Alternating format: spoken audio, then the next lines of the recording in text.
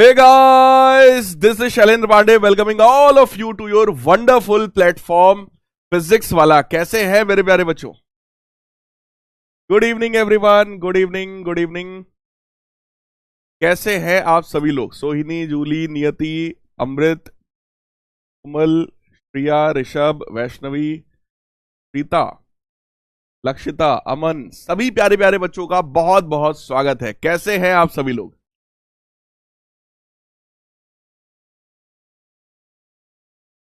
Good evening, good evening, good evening.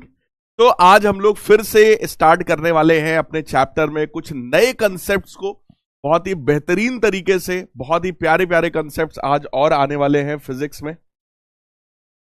Good evening बेटा, good evening, good evening. कैसे हैं आप सभी लोग? कैसी चल रही है पढ़ाई? मैंने देखा था आप लोग डुग्गू लाल की बात कर रहे थे, हैं, बायो वाली क्लास में, है ना? हाँ, कह रहे सर डुग्गू लाल का यूज हो रहा है मैम। हाँ, डुग्गू लाल को शैलेंद्र सर यूज कर रहे हैं फिजिक्स की क्लास में। भाई डुग्गू लाल नाम तो तुमने दिया था, मैंने थोड़ी ना दिया था। मैं तो पूछ रहा था बताओ इसका क्या नाम रखा जाए। तुम लोगों ने बोला डुग्गू, रेड कलर का था, मैंने बोला डुग्गू लाल है। डुग्गू लाल एकदम चकाचक है, एकदम चकाचक है, एकदम मस्त है, लेकिन आराम कर रहे हैं अभी। हाँ, गर्मी बहुत है। खाना वाना खा लिए हैं खूब जम के, डुग्गू लाल आराम से सो रहे हैं। हाँ राम राम बेटा, Ram Ram. Good evening, good evening. सभी का बहुत बहुत स्वागत है। फटाक से एक बार चैट बॉक्स में सभी लोग आग लगा दीजिए ताकि हम लोग अपने आज के इस सेशन की शुरुआत कर सकें। कल यार कंटिन्यूअसली मैंने 12 घंटे की क्लास ले लिया तो शरीर थोड़ा, समझ ही रहे हैं आप लोग, है ना, अकड़ गया है। हाँ, थैंक यू बेटा, thank you, thank you, thank you. Yes, कल कंटिन्यूअसली 12 घंटे लगातार मैंने एक क्लास ले लिया, एक मैराथन क्लास, तो थोड़ा सा शरीर जो है मेरा वो अकड़ गया है। लेकिन फिर भी हम लोग उसी एनर्जी से पढ़ाई करेंगे, कोई दिक्कत वाली बात नहीं है ना? चलिए जी, तो आज के सेशन में हम लोग क्या पढ़ने वाले हैं? सबसे पहले हम लोग यूनिफॉर्म सर्कुलर मोशन की बात करेंगे, फिर सेंट्रीपिटल फोर्स क्या होता है, सेंट्रीफ्यूगल फोर्स क्या होता है, और अगर समय बचा तो थोड़ा सा वर्क के बारे में भी कंसेप्ट समझेंगे कि वर्क क्या होता है, वर्क का कैलकुलेशन कैसे किया जाता है। राइट, चलिए जी। हाँ, अखिल कह रहे सर हमारी भी मैराथन क्लास होगी क्या? हाँ बिल्कुल होगी। जब तुम्हारा बोर्ड एग्जामिनेशन पास में आ रहा होगा या तुम्हारा प्री बोर्ड होगा तो देखा जाएगा, उस समय तुम्हारे लिए भी मेहनत किया जाएगा। भाई क्या दिक्कत है ना? मैराथन क्लास का मतलब होता है 10 घंटे, 12 घंटे, 15 घंटे। जब तक सिलेबस पूरा कंप्लीट नहीं हो जाएगा तब तक क्लास चलती रहेगी, वन शॉट लेक्चर। हाँ, है ना? चलिए जी, तो अपने आज का, हाँ, अद्विक भाई, ये अद्विक भाई बड़े कलाकार हैं। हाँ हाँ हाँ, मैंने देखा था, अद्विक भाई ही कह रहे थे, अद्विक भाई ही कह रहे थे मैम डुग्गू लाल को तो शैलेंद्र सर यूज कर रहे हैं फिजिक्स में। अब समझ में आया अद्वित भाई, हाँ, कलाकार है भाई। तो यूनिफॉर्म सर्कुलर मोशन अपन पढ़ेंगे, फिर सेंट्रीपिटल फोर्स पढ़ेंगे, है ना, सेंट्रीफ्यूगल फोर्स समझेंगे, और फिर वर्क के कंसेप्ट को हम लोग समझने वाले हैं। राइट, चलिए जी। अरे गाना वाना आगे होगा, अभी पढ़ाई कर लो फिर गाना वाना करते रहेंगे, है ना? ठीक है भाई। तो सबसे पहले रिवीजन में अगर आप लोग को कोई कंसेप्ट सीखना हो तो बताओ। देखो एक चीज मैं आपको बताना चाहूंगा, कपल जो होता है ना, couple is always responsible for rotation. कोई भी ऑब्जेक्ट अगर रोटेशन में है, ठीक है, अगर कोई भी ऑब्जेक्ट घूम रहा है तो उसके पीछे रिस्पॉन्सिबल हमेशा कौन होगा? कपल। कपल का मतलब होता है दो इक्वल एंड अपोजिट फोर्सेस जब लगे हों किसी एक ऑब्जेक्ट पर कुछ डिस्टेंस पर, है ना, उनका लाइन ऑफ एक्शन सेम नहीं होना चाहिए, तो ऐसे दो इक्वल एंड अपोजिट फोर्सेस जो होते हैं वो ऑब्जेक्ट को सेम डायरेक्शन में ही रोटेट कर रहे होते हैं। राइट, तो वहां पर बेटा कपल होता है, और कपल ही रिस्पॉन्सिबल होता है ऑलवेज रोटेशन के लिए। राइट, अब बात आई कि सर एक बात बताओ, जैसे ये कोई एक, सर एक कोई ऑब्जेक्ट है और इस ऑब्जेक्ट को अगर मैंने इस एक पॉइंट पर फिक्स कर दिया और इस पॉइंट को मैं फिक्स पॉइंट बोलूं या पाइवट बोलूं, और अगर मैंने सर इस ऑब्जेक्ट पर एक फोर्स लगाया F, तो सर यहां तो दूसरा फोर्स तो सर है ही नहीं, यहां पर सर दूसरा फोर्स तो है नहीं, यहां तो सर एक ही फोर्स था जो इसको एंटी क्लॉकवाइज घुमाने की कोशिश कर रहा था, और उस फोर्स का नाम है F फोर्स, राइट। तो मेरे प्यारे बच्चों, कंसेप्ट को एक बार फिर से समझो। ये पाइवट वाला पॉइंट है, ठीक है, ये वो फोर्स लगा है जो कि इस ऑब्जेक्ट को एंटी क्लॉकवाइज घुमाने वाला है, और यहां पर मैंने आपसे कहा था कि भैया मोमेंट ऑफ फोर्स जो होता है, मोमेंट ऑफ फोर्स जो होता है, that is equal to force multiplied by perpendicular distance. अब एक चीज मेरे को बताओ, अगर कोई फोर्स हम लोग इसी पाइवट पर अप्लाई कर देंगे, अगर कोई फोर्स इसी पाइवट पर अप्लाई कर दिया जाएगा, तो क्या वो फोर्स मोमेंट ऑफ फोर्स यानी कि टॉर्क जनरेट कर पाएगा? बताओ। अगर मान लो कोई एक फोर्स यहां की बजाय यहां सीधे पाइवट वाले पॉइंट पर लगा हो, तो क्या वो मोमेंट ऑफ फोर्स में कंट्रीब्यूशन दे सकता है? फटाफट बताइए आप लोग, बताइए। क्या वो रोटेशन करवा सकता है? क्या वो टॉर्क जनरेट करवा सकता है? बताइए। नहीं करेगा ना, है ना, नहीं करेगा। Very nice.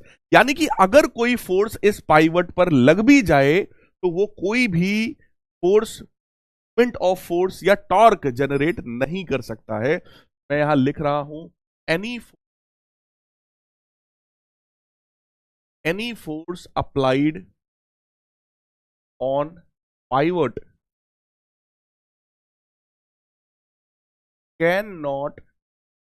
any force applied on pivot cannot produce torque। ठीक है, कोई भी ऐसा फोर्स जो पाइवट पर लगा हो वो टॉर्क क्रिएट नहीं कर सकता है। ये आपका ट्रिपल एस वाला पॉइंट है। ट्रिपल एस तो याद होगा आपको, है ना, ये पॉइंट ट्रिपल एस वाला पॉइंट है कि कोई भी ऐसा फोर्स जो कि पाइवट पर अप्लाई हो रहा हो वो टॉर्क क्रिएट नहीं कर सकता। और मैं आपको एक चीज बताऊं, न्यूटन साहब का अगर मैं थर्ड लॉ आपको याद दिलाऊं, न्यूटन साहब का थर्ड लॉ कहता है every action has equal and opposite reaction. यानी कि अगर तुमने इस ऑब्जेक्ट को इस पॉइंट पर अगर आपने फिक्स कर रखा है, तो मेरे प्यारे बच्चों यहां पर कोई ना कोई रिएक्शन का फोर्स भी तो आ रहा होगा। देखो पाइवट का मतलब क्या होता है, मैंने आपको क्या सिखाया था? पाइवट का मतलब ये बॉडी है, इस बॉडी पर एक कील रखो और एक हथौड़ा मार के इसको दीवार में फिक्स कर दो। जिस पॉइंट पर बॉडी फिक्स हो गई है उसी पॉइंट को मैंने क्या बोला? पाइवट। अब अगर तुमने पाइवट वाले पॉइंट पर बॉडी को फिक्स करके रखा हुआ है, तो मेरे प्यारे बच्चों उस पाइवट वाले पॉइंट पर कुछ ना कुछ रिएक्शन फोर्स भी तो आ रहा होगा, है ना। तो कहने का मतलब है, यहां पर मैं लिख रहा हूं reaction force at pivot, reaction force at pivot does not, reaction force at pivot but does not contribute in rotation। जो रिएक्शन फोर्स इस पाइवट पर आ रहा है वो रोटेशनल मोशन में अपना कोई कंट्रीब्यूशन नहीं देता है, लेकिन but it forms couple with applied force। लेकिन जो अप्लाइड फोर्स है ये उसके साथ कपल का फॉर्मेशन जरूर करता है, क्योंकि अगर आपने इस बॉडी पर एफ फोर्स इधर की तरफ लगाया है तो मेरे प्यारे बच्चों इस पाइवट पर भी एक अपोजिट डायरेक्शन में एफ फोर्स जनरेट हो जाता है। ये एफ फोर्स पाइवट के थ्रू बॉडी को रोटेट तो नहीं करा सकता, लेकिन आप देखो इक्वल एंड अपोजिट फोर्सेस यहां पर भी होते हैं, और इन दोनों फोर्सेस के बीच का परपेंडिकुलर डिस्टेंस आर ही होता है। तो चाहे तुम मूवमेंट ऑफ फोर्स बोलो, चाहे तुम टॉर्क बोलो, चाहे तुम इसको कपल बोलो, बात एक ही है। लेकिन ध्यान रहे ये जो रिएक्शन वाला फोर्स है, ये रिएक्शन का फोर्स कभी भी रोटेशनल मोशन में कंट्रीब्यूशन नहीं देता है। इसका मतलब अगर किसी भी जगह पर, किसी भी बॉडी में अगर रोटेशनल मोशन हो रहा है तो there is always couple present behind it. है ना, यानी कि कपल ही है जो ऑब्जेक्ट को रोटेट कराएगा। क्या ये बात एकदम क्रिस्टल क्लियर है? क्या ये बात सबको समझ में आ गया है? अगर ये बात समझ में आई है जरा तुरंत सभी लोग थम्स अप कर दीजिए। अगर बात समझ में आई है सभी लोग फटाक से थम्स अप कर दीजिए, है ना। मैं आपसे ये कहना चाहता हूं कि अगर अगर कोई ऑब्जेक्ट अगर रोटेट हो रहा है तो उस ऑब्जेक्ट पर हमेशा कपल वर्क कर रहा है, कपल ही है जो रोटेट कराता है। कहेंगे सर सिंगल फोर्स था तो भी तो रोटेट कर रहा था। बेटा वहां पर एक फोर्स हिडन था, रिएक्शन वाला एक फोर्स हिडन था जिसकी बात आपसे नहीं किया गया, लेकिन ये रिएक्शन वाला फोर्स भी यहां पर होगा न्यूटन साहब के थर्ड लॉ से कि जो एक्शन है उसके जस्ट अपोजिट रिएक्शन भी था। ये वाला फोर्स रोटेशनल मोशन में तो कोई इफेक्ट नहीं देता, कोई कंट्रीब्यूशन नहीं देता, लेकिन कपल के लिए प्रेजेंट तो हो सकता है ना। अद्विक भाई कह रहे हैं सर वीडियो कॉल, हाँ हाँ बिल्कुल करेंगे भाई साहब, बिल्कुल करेंगे, है ना। तो ये ट्रिपल एस वाले जो 2 पॉइंट्स मैंने आपको बताए हैं, इसको अपनी कॉपी पर, अपने रजिस्टर पर, अपने नोट्स पर आप नोट कर लीजिएगा, है ना। देखते हैं भैया कितने % बच्चों को एकदम चकाचक बात क्लियर है। क्या बात है, 93.5% बच्चों को समझ में आ गया। वेरी नाइस, बहुत बढ़िया। तो ये रिवीजन का पॉइंट था। अब आइए आगे बढ़ते हैं। अब बात आई सर ये सर्कुलर मोशन क्या होता है। अगर कोई भी ऑब्जेक्ट सर्कुलर पाथ पर मूव कर रहा है तो उसके मोशन को सर्कुलर मोशन कहा जाता है ना। सर ये यूनिफॉर्म सर्कुलर मोशन क्या होता है? तो देखो मैं आपको डिटेल में सारी चीजें समझा रहा हूं। देखो अगर कोई ऑब्जेक्ट सर्कुलर मोशन में है, जैसे मान लो ये कोई एक ऑब्जेक्ट है, जब ऑब्जेक्ट यहां पर था बेटा उसकी स्पीड v थी, जब यही ऑब्जेक्ट यहां पर पहुंचा तो इसकी स्पीड कुछ इस तरफ हो गई बट है अभी भी v। जब ये ऑब्जेक्ट यहां पर पहुंचा तो इसकी स्पीड इधर की तरफ हो गई लेकिन स्पीड की वैल्यू अभी भी वही है। ऑब्जेक्ट यहां पर पहुंचा है तो स्पीड इधर की तरफ हो गई बट वो है अभी भी वही, राइट। तो कहने का मतलब ये है कि अगर कोई ऑब्जेक्ट सर्कुलर मोशन में हो और उसकी स्पीड चेंज ना हो रही हो, if any object is in circular motion and speed of the object is constant। यहां पर ध्यान से देख करके बताओ, ऑब्जेक्ट की स्पीड सबको कांस्टेंट दिख रही है जो कि मैंने v रिप्रेजेंट किया है ना। तो सर्कुलर मोशन में ऑब्जेक्ट हो और उसकी स्पीड कंटिन्यूअसली कांस्टेंट बनी रहे तो इस तरह के मोशन को यूनिफॉर्म सर्कुलर मोशन कहा जाता है, राइट। इस तरह के मोशन को ही यूसीएम कहा जाता है। सर ये यूसीएम क्या है? यूसीएम का मतलब uniform circular motion. Constant speed से अगर सर्कुलर मोशन हो रहा है धड़ाधड़ धड़ाधड़ धड़ाधड़, तो ऐसे केसेस में हम लोग क्या बोलेंगे? This is uniform circular motion. अगर बात चमकी है तो थम्स अप वाला होगा आपके पास सिंबल। अब इसके आगे की बात करते हैं। लेकिन सर अगर ऐसा ना हो तो क्या होगा? मान लो ऐसा भी केस हो सकता है कि सर पहले स्पीड v1 थी, जब ऑब्जेक्ट यहां पर पहुंचा स्पीड कुछ v2 हो गई, जब ऑब्जेक्ट यहां पर पहुंचा तो स्पीड सर v3 हो गई, जब यही ऑब्जेक्ट यहां पर पहुंचा सर तो स्पीड थोड़ी और बढ़ गई, v4 हो गई। ऑब्जेक्ट जब यहां पर पहुंचा तो उसकी स्पीड हम लोगों ने और बढ़ा दिया और v5 कर दिया। यानी एक सेकंड केस भी हो सकता है जिसमें ऑब्जेक्ट की जो स्पीड है that speed is not constant, speed उसकी कांस्टेंट नहीं है, यानी स्पीड लगातार या तो बढ़ रही है या तो उसकी स्पीड लगातार घट रही है। इस तरह के सर्कुलर मोशन को नॉन यूनिफॉर्म सर्कुलर मोशन कहा जाता है। इस तरह के सर्कुलर मोशन को नॉन यूनिफॉर्म सर्कुलर मोशन कहा जाता है। क्या आप लोग मेरी बात को एकदम क्रिस्टल क्लियर समझ पा रहे हैं? अगर स्पीड कांस्टेंट है तो यूनिफॉर्म सर्कुलर मोशन, स्पीड अगर लगातार चेंज हो रही हो, चाहे बढ़ रही हो चाहे घट रही हो, तो उसको नॉन यूनिफॉर्म सर्कुलर मोशन कहा जाता है। राइट है, राइट है ना? बिल्कुल क्लियर है क्या? क्या बात है, अरे वाह बहुत बढ़िया। अब अगला पॉइंट देखो यार, ऑब्जेक्ट अगर सर्कुलर मोशन में है, यहां पर स्पीड ये देखो इस डायरेक्शन में थी, यहां पर वेलोसिटी इस डायरेक्शन में है, यहां वेलोसिटी इधर की तरफ है, यहां वेलोसिटी इधर की तरफ है, यहां वेलोसिटी इधर की तरफ है, ठीक है। स्पीड भले कांस्टेंट हो जाए लेकिन डायरेक्शन कभी भी कांस्टेंट नहीं हो सकती, है ना। स्पीड भले कांस्टेंट हो जाए, डायरेक्शन इज नॉट कांस्टेंट। और मेरे प्यारे बच्चों, अगर डायरेक्शन कांस्टेंट नहीं है है ना। अगर डायरेक्शन कांस्टेंट नहीं है तो वेलोसिटी के बारे में क्या ख्याल है? वेलोसिटी के बारे में क्या ख्याल है? वेलोसिटी कांस्टेंट है या वेलोसिटी कांस्टेंट नहीं है? फटाफट बता दो जरा, फटाफट बता दो सब लोग फटाफट बता दो। स्पीड तो कांस्टेंट है लेकिन डायरेक्शन लगातार चेंज हो रही है। जब ऑब्जेक्ट यहां था तो डायरेक्शन इधर, यहां पहुंचा तो इधर, यहां पहुंचा तो इधर, लगातार डायरेक्शन चेंज हो रहा है। अगर डायरेक्शन चेंज हो रहा है मेरे प्यारे बच्चों, क्या वेलोसिटी कांस्टेंट है? बताओ, क्या वेलोसिटी कांस्टेंट है? नहीं।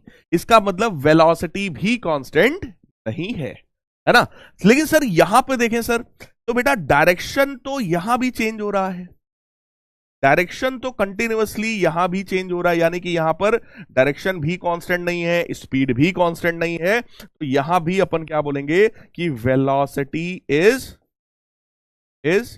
Not constant, velocity is not constant. इसका मतलब ट्रिपल एस वाला पॉइंट क्या है? ट्रिपल एस वाला पॉइंट ये है मेरे प्यारे बच्चों, ट्रिपल एस वाला जो कंसेप्ट वाला पॉइंट है वो ये है कि सर्कुलर मोशन, चाहे वो यूनिफॉर्म सर्कुलर मोशन हो चाहे वो नॉन यूनिफॉर्म सर्कुलर मोशन हो, circular motion is always accelerated motion. Circular motion जो है वो मेरे प्यारे बच्चों हमेशा कैसा होता है? एक्सेलरेटेड होता है, ऑलवेज एक्सेलरेटेड। चाहे वो यूनिफॉर्म सर्कुलर मोशन हो या नॉन यूनिफॉर्म सर्कुलर मोशन हो, सर्कुलर मोशन अगर है तो हमेशा एक्सेलरेटेड मोशन होगा। क्या ये बात आपको समझ में आ गया है? शिवा कह रहे हैं ट्रिपल एस क्या है? ट्रिपल एस का मतलब शैलेंद्र सर स्पेशल पॉइंट्स, है ना। ये वो स्पेशल पॉइंट्स हैं जो आपके कंसेप्ट्स की बिल्डिंग करेंगे, है ना, जो आपके कंसेप्ट्स को बहुत ज्यादा स्ट्रांग करेंगे, जिनको यूज करके आप अपने स्कूल में टॉप करोगे, अपने बोर्ड्स में टॉप करोगे, राइट। सो मेरे प्यारे बच्चों, अगर ऑब्जेक्ट की स्पीड कांस्टेंट है, डायरेक्शन चेंज हो रहा है, वेलोसिटी चेंज हो रहा है, उसको बोलेंगे यूनिफॉर्म सर्कुलर मोशन, राइट। और अगर उसकी स्पीड भी चेंज हो रही है, डायरेक्शन और वेलोसिटी तो चेंज हो ही रही थी, तो उसको बोलेंगे non uniform circular motion. But चाहे सर्कुलर मोशन ऐसा हो चाहे सर्कुलर मोशन ऐसा हो, वो हमेशा एक्सेलरेटेड मोशन ही होगा, that is always accelerated, right. तो कभी भी इस बात को ध्यान रखिएगा, जैसे हम लोग ने क्लास 9th में पढ़ा था ना, कि अगर यूनिफॉर्म मोशन है तो वहां पर स्पीड वेलोसिटी दोनों कांस्टेंट थी, एक्सेलरेशन की वैल्यू 0 थी। तो यूनिफॉर्म मोशन में जब लीनियर मोशन की बात करते हैं, स्ट्रेट लाइन मोशन की बात करते हैं, तो वहां पर कहा जाता है कि भैया यूनिफॉर्म मोशन अगर है तो एक्सेलरेशन कितना होगा? 0। यानी यूनिफॉर्म मोशन को नॉन एक्सेलरेटेड मोशन कहा जाता था क्लास 9th में। बट ये भी यूनिफॉर्म मोशन है, सर्कुलर मोशन है, यूनिफॉर्म सर्कुलर मोशन है, बट यहां पर एक्सेलरेशन 0 नहीं है। There is always an acceleration if an object is moving in circular path. Clear है? ठीक है सर। डेफिनेशन देखो, when a particle moves with a constant speed in circular path, कोई भी ऑब्जेक्ट अगर कांस्टेंट स्पीड से सर्कुलर पाथ में move कर रहा है तो उसके मोशन को हम लोग क्या बोलेंगे? Uniform circular motion. आपके सिलेबस में केवल ये वाला मोशन है, ये वाला मोशन क्लास 11th में जब आप आएंगे तब आपको पढ़ाऊंगा, है ना। 11th के लेवल का ये है, लेकिन ये क्लास 10th के लेवल का है आईसीएससी बोर्ड में, इसकी बात आपसे किया जा सकता है, right. Now difference between uniform circular motion and uniform linear motion क्या है? देखो, लीनियर मोशन का मतलब सिंपल था, अगर ये एक ऑब्जेक्ट है, ये एक ऑब्जेक्ट है और ये ऑब्जेक्ट एक स्ट्रेट लाइन में कंटिन्यूअसली मूव कर रहा है, ऑब्जेक्ट एक स्ट्रेट लाइन में कंटिन्यूअसली मूव कर रहा है, इस ऑब्जेक्ट की ये जो स्पीड है, इस ऑब्जेक्ट की ये जो स्पीड है, अगर ये स्पीड कांस्टेंट है, तो आप लोग मेरे को बताओ, अगर ये स्ट्रेट लाइन मोशन में ही मूव करता है, स्पीड इसकी कांस्टेंट है, बोलो स्ट्रेट लाइन में है तो डायरेक्शन हमेशा ही कांस्टेंट होगा, है ना। So direction is also constant, direction तो हमेशा ही कांस्टेंट होता है क्योंकि स्ट्रेट लाइन में मूव कर रहा है भैया, लीनियर मोशन की बात हो रही है, राइट। तो मेरे प्यारे बच्चों, वेलोसिटी भी यहां पर कैसी हो जाएगी? वेलोसिटी भी यहां पर कैसी हो जाएगी? कांस्टेंट। तो ऑब्जेक्ट अगर लीनियर मोशन में है, स्पीड अगर कांस्टेंट है, डायरेक्शन वैसे भी चेंज नहीं होगा, तो मेरे प्यारे बच्चों वेलोसिटी कैसी रहेगी? कांस्टेंट। और अगर वेलोसिटी कांस्टेंट है तो there will be no acceleration, there will be no acceleration. यहां पर कोई एक्सेलरेशन की जरूरत हमको नहीं है, क्योंकि वेलोसिटी कैसी है? कांस्टेंट है। क्लियर है ना? ये लीनियर मोशन की बात हो गई। बट सर्कुलर मोशन में क्या होता है? स्पीड भले कांस्टेंट हो, डायरेक्शन कभी कांस्टेंट नहीं हो सकती। In circular motion direction is never constant. Right है क्या? डायरेक्शन कभी भी कांस्टेंट नहीं हो सकता। एक शिवानी है, बच्ची कह रही है सर एक्सेलरेटेड का मतलब क्या होता है? बेटा एक्सेलरेटेड मोशन कहने का मतलब यह होता है कि यहां पर वेलोसिटी कंटिन्यूअसली चेंज होती रहेगी। अगर ऑब्जेक्ट की वेलोसिटी में कंटिन्यूअसली चेंज आ रहा है तो इस तरह के मोशन को एक्सेलरेटेड मोशन कहा जाता है। राइट? बहुत सारे बच्चों ने कहा सर एक्सेलरेशन क्या है ना? सर यहां पर एक्सेलरेशन की क्या वैल्यू होगी? वो तो जीरो ही होगी ना, तब एक्सेलरेशन बराबर जीरो हो जाएगी। नहीं नहीं नहीं, अभी मैं बताऊंगा एक्सेलरेशन की वैल्यू क्या है, उसके लिए टेंशन मत लो, मैं बताऊंगा। अभी बस इतना जान लो कि अगर वेलोसिटी चेंज हो रही है, चलो मैं डिटेल में बता देता हूं। देखो डिटेल में बता देता हूं, याद दिलाता हूं, तुम्हें क्लास 9 में पढ़ाया हुआ है। बेटा एक्सेलरेशन का मतलब होता है rate of change of velocity. ठीक है? Acceleration is simply defined as rate of change of velocity. किसी भी ऑब्जेक्ट की वेलोसिटी में अगर चेंज आ रहा है ना, यानी कि एक्सेलरेशन का फॉर्मूला क्या है? Change in velocity upon time interval. Object की वेलोसिटी में अगर चेंज आ रहा है तो उसके पास कुछ ना कुछ एक्सेलरेशन तो जरूर हो। राइट? यहां पर अगर वेलोसिटी कांस्टेंट बनी रही तो इसका मतलब क्या है? एक्सेलरेशन की वैल्यू जीरो। राइट? बट अगर वेलोसिटी में चेंज आ रहा है तो कुछ ना कुछ एक्सेलरेशन तो जरूर होगा, है ना? वही होता है सर्कुलर मोशन में। क्योंकि सर्कुलर मोशन में वेलोसिटी चेंज हो रही थी, सर्कुलर मोशन में क्योंकि डायरेक्शन चेंज हो रहा था इसलिए वेलोसिटी चेंज हो रही थी। वेलोसिटी एक वेक्टर क्वांटिटी होती है ना? डायरेक्शन के चेंज होने से वेलोसिटी चेंज हो रही है। तो बेटा अगर वेलोसिटी में चेंज आ रहा है तो एक्सेलरेशन 100% होगा। उस एक्सेलरेशन की बात भी हम लोग करेंगे। ठीक है? तो लीनियर मोशन और सर्कुलर मोशन में क्या डिफरेंस समझ में आपको आया? लीनियर मोशन में ऑब्जेक्ट स्ट्रेट लाइन पर मूव कर रहा है। स्ट्रेट लाइन पर मूव करने का मतलब डायरेक्शन चेंज नहीं हो रहा है। सर्कुलर मोशन में वो सर्कुलर पाथ पर मूव कर रहा है। सर्कुलर पाथ का मतलब डायरेक्शन हर मोमेंट पर चेंज होता है। राइट है क्या? फटाफट बता दो यार, कितने बच्चों को मेरी बात अभी एकदम क्रिस्टल क्लियर समझ में आ गई है? फटाफट बता दीजिए, फटाफट बता दीजिए। तब तक आगे की बात करते हैं। अब यहां पिक्चर में एक नया फोर्स आएगा। ठीक है? उस फोर्स को मैं तुम्हें समझाता हूं। का नाम होता है सेंट्रीपिटल फोर्स। फोर्स का नाम होता है centripetal.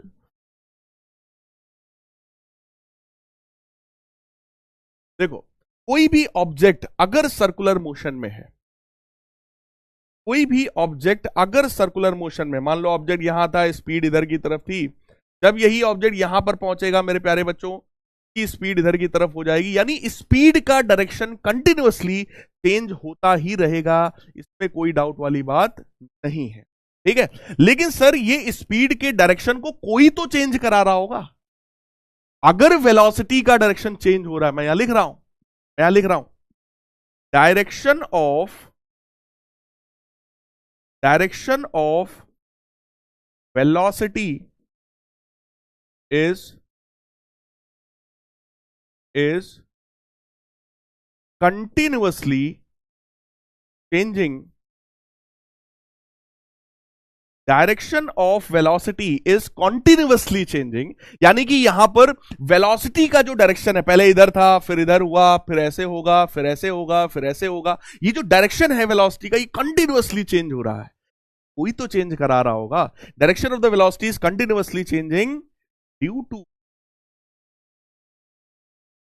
Presence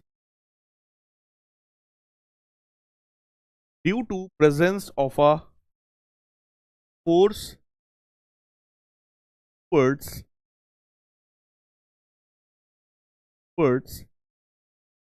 center of path as centripetal force. जब कोई ऑब्जेक्ट सर्कुलर मोशन में होता है, ठीक है, उसकी वेलोसिटी कंटिन्यूअसली चेंज हो रही है, तो वहां पर एक फोर्स होता है जो कि हमेशा सेंटर की तरफ लग रहा है। देखो ये इस पाथ का, इस सर्कुलर पाथ का ये सेंटर है, राइट। तो एक फोर्स है जो हमेशा सेंटर की तरफ होता है, उसी फोर्स को सेंट्रीपिटल फोर्स कहा जाता है।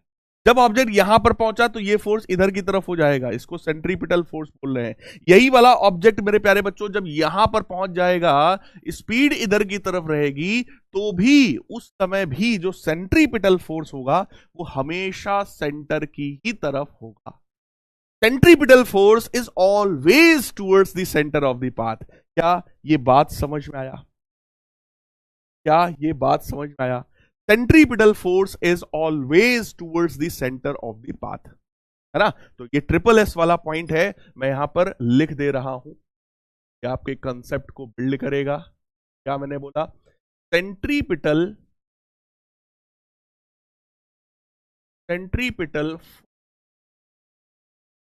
is always towards center of circular path. Circular path है, उसके सेंटर की तरफ हमेशा एक फोर्स रहता है, उसी फोर्स का नाम सेंट्रीपिटल फोर्स होता है। यानी मैंने क्या क्या बताया, फिर से सुन लो। ऑब्जेक्ट सर्कुलर मोशन में घूम रहा है, घूम रहा है, घूम रहा है, ठीक है। स्पीड भले कांस्टेंट हो जाए लेकिन डायरेक्शन कभी कांस्टेंट नहीं हो सकता, वेलोसिटी कभी कांस्टेंट नहीं हो सकती। उस वेलोसिटी को चेंज करने का काम कंटिन्यूअसली कौन करता है? सेंट्रीपिटल फोर्स, क्योंकि हमेशा किसकी तरफ होता है? सेंटर की तरफ। सर इस सेंट्रीपिटल फोर्स की वैल्यू बता दो। चलो मैं बता देता हूं। सेंट्रीपिटल फोर्स की वैल्यू होती है m into E square upon R. Centripetal force की वैल्यू क्या होती है बेटा? m v square upon R. Sir ये m क्या है? m इस ऑब्जेक्ट का मास है। m क्या है? m इस ऑब्जेक्ट का मास है। सर ये r क्या है? r is the radius of the path. r क्या है भैया? r है radius of the path, circular path का रेडियस है, और v उसकी स्पीड है ना। तो सेंट्रीपिटल फोर्स जो हो गया भैया, उसका फॉर्मूला हो गया M V square by R, where m is mass of the object, v क्या है? स्पीड ऑफ ऑब्जेक्ट, और r क्या हो गया? That is radius of the circular path. Object का मास, ऑब्जेक्ट की स्पीड, और radius of the circular path, है ना। डुग्गू लाल आज आराम कर रहे हैं, डुग्गू लाल अभी यहां पर प्रेजेंट नहीं है। डुग्गू लाल को अगली क्लास में लाया जाएगा, है ना। बाकी यहां पर एक भैया हैं, उनसे मैं बोल दे रहा हूं डुग्गू लाल का अरेंजमेंट किया जाए। भैया देखिए डुग्गू लाल है क्या?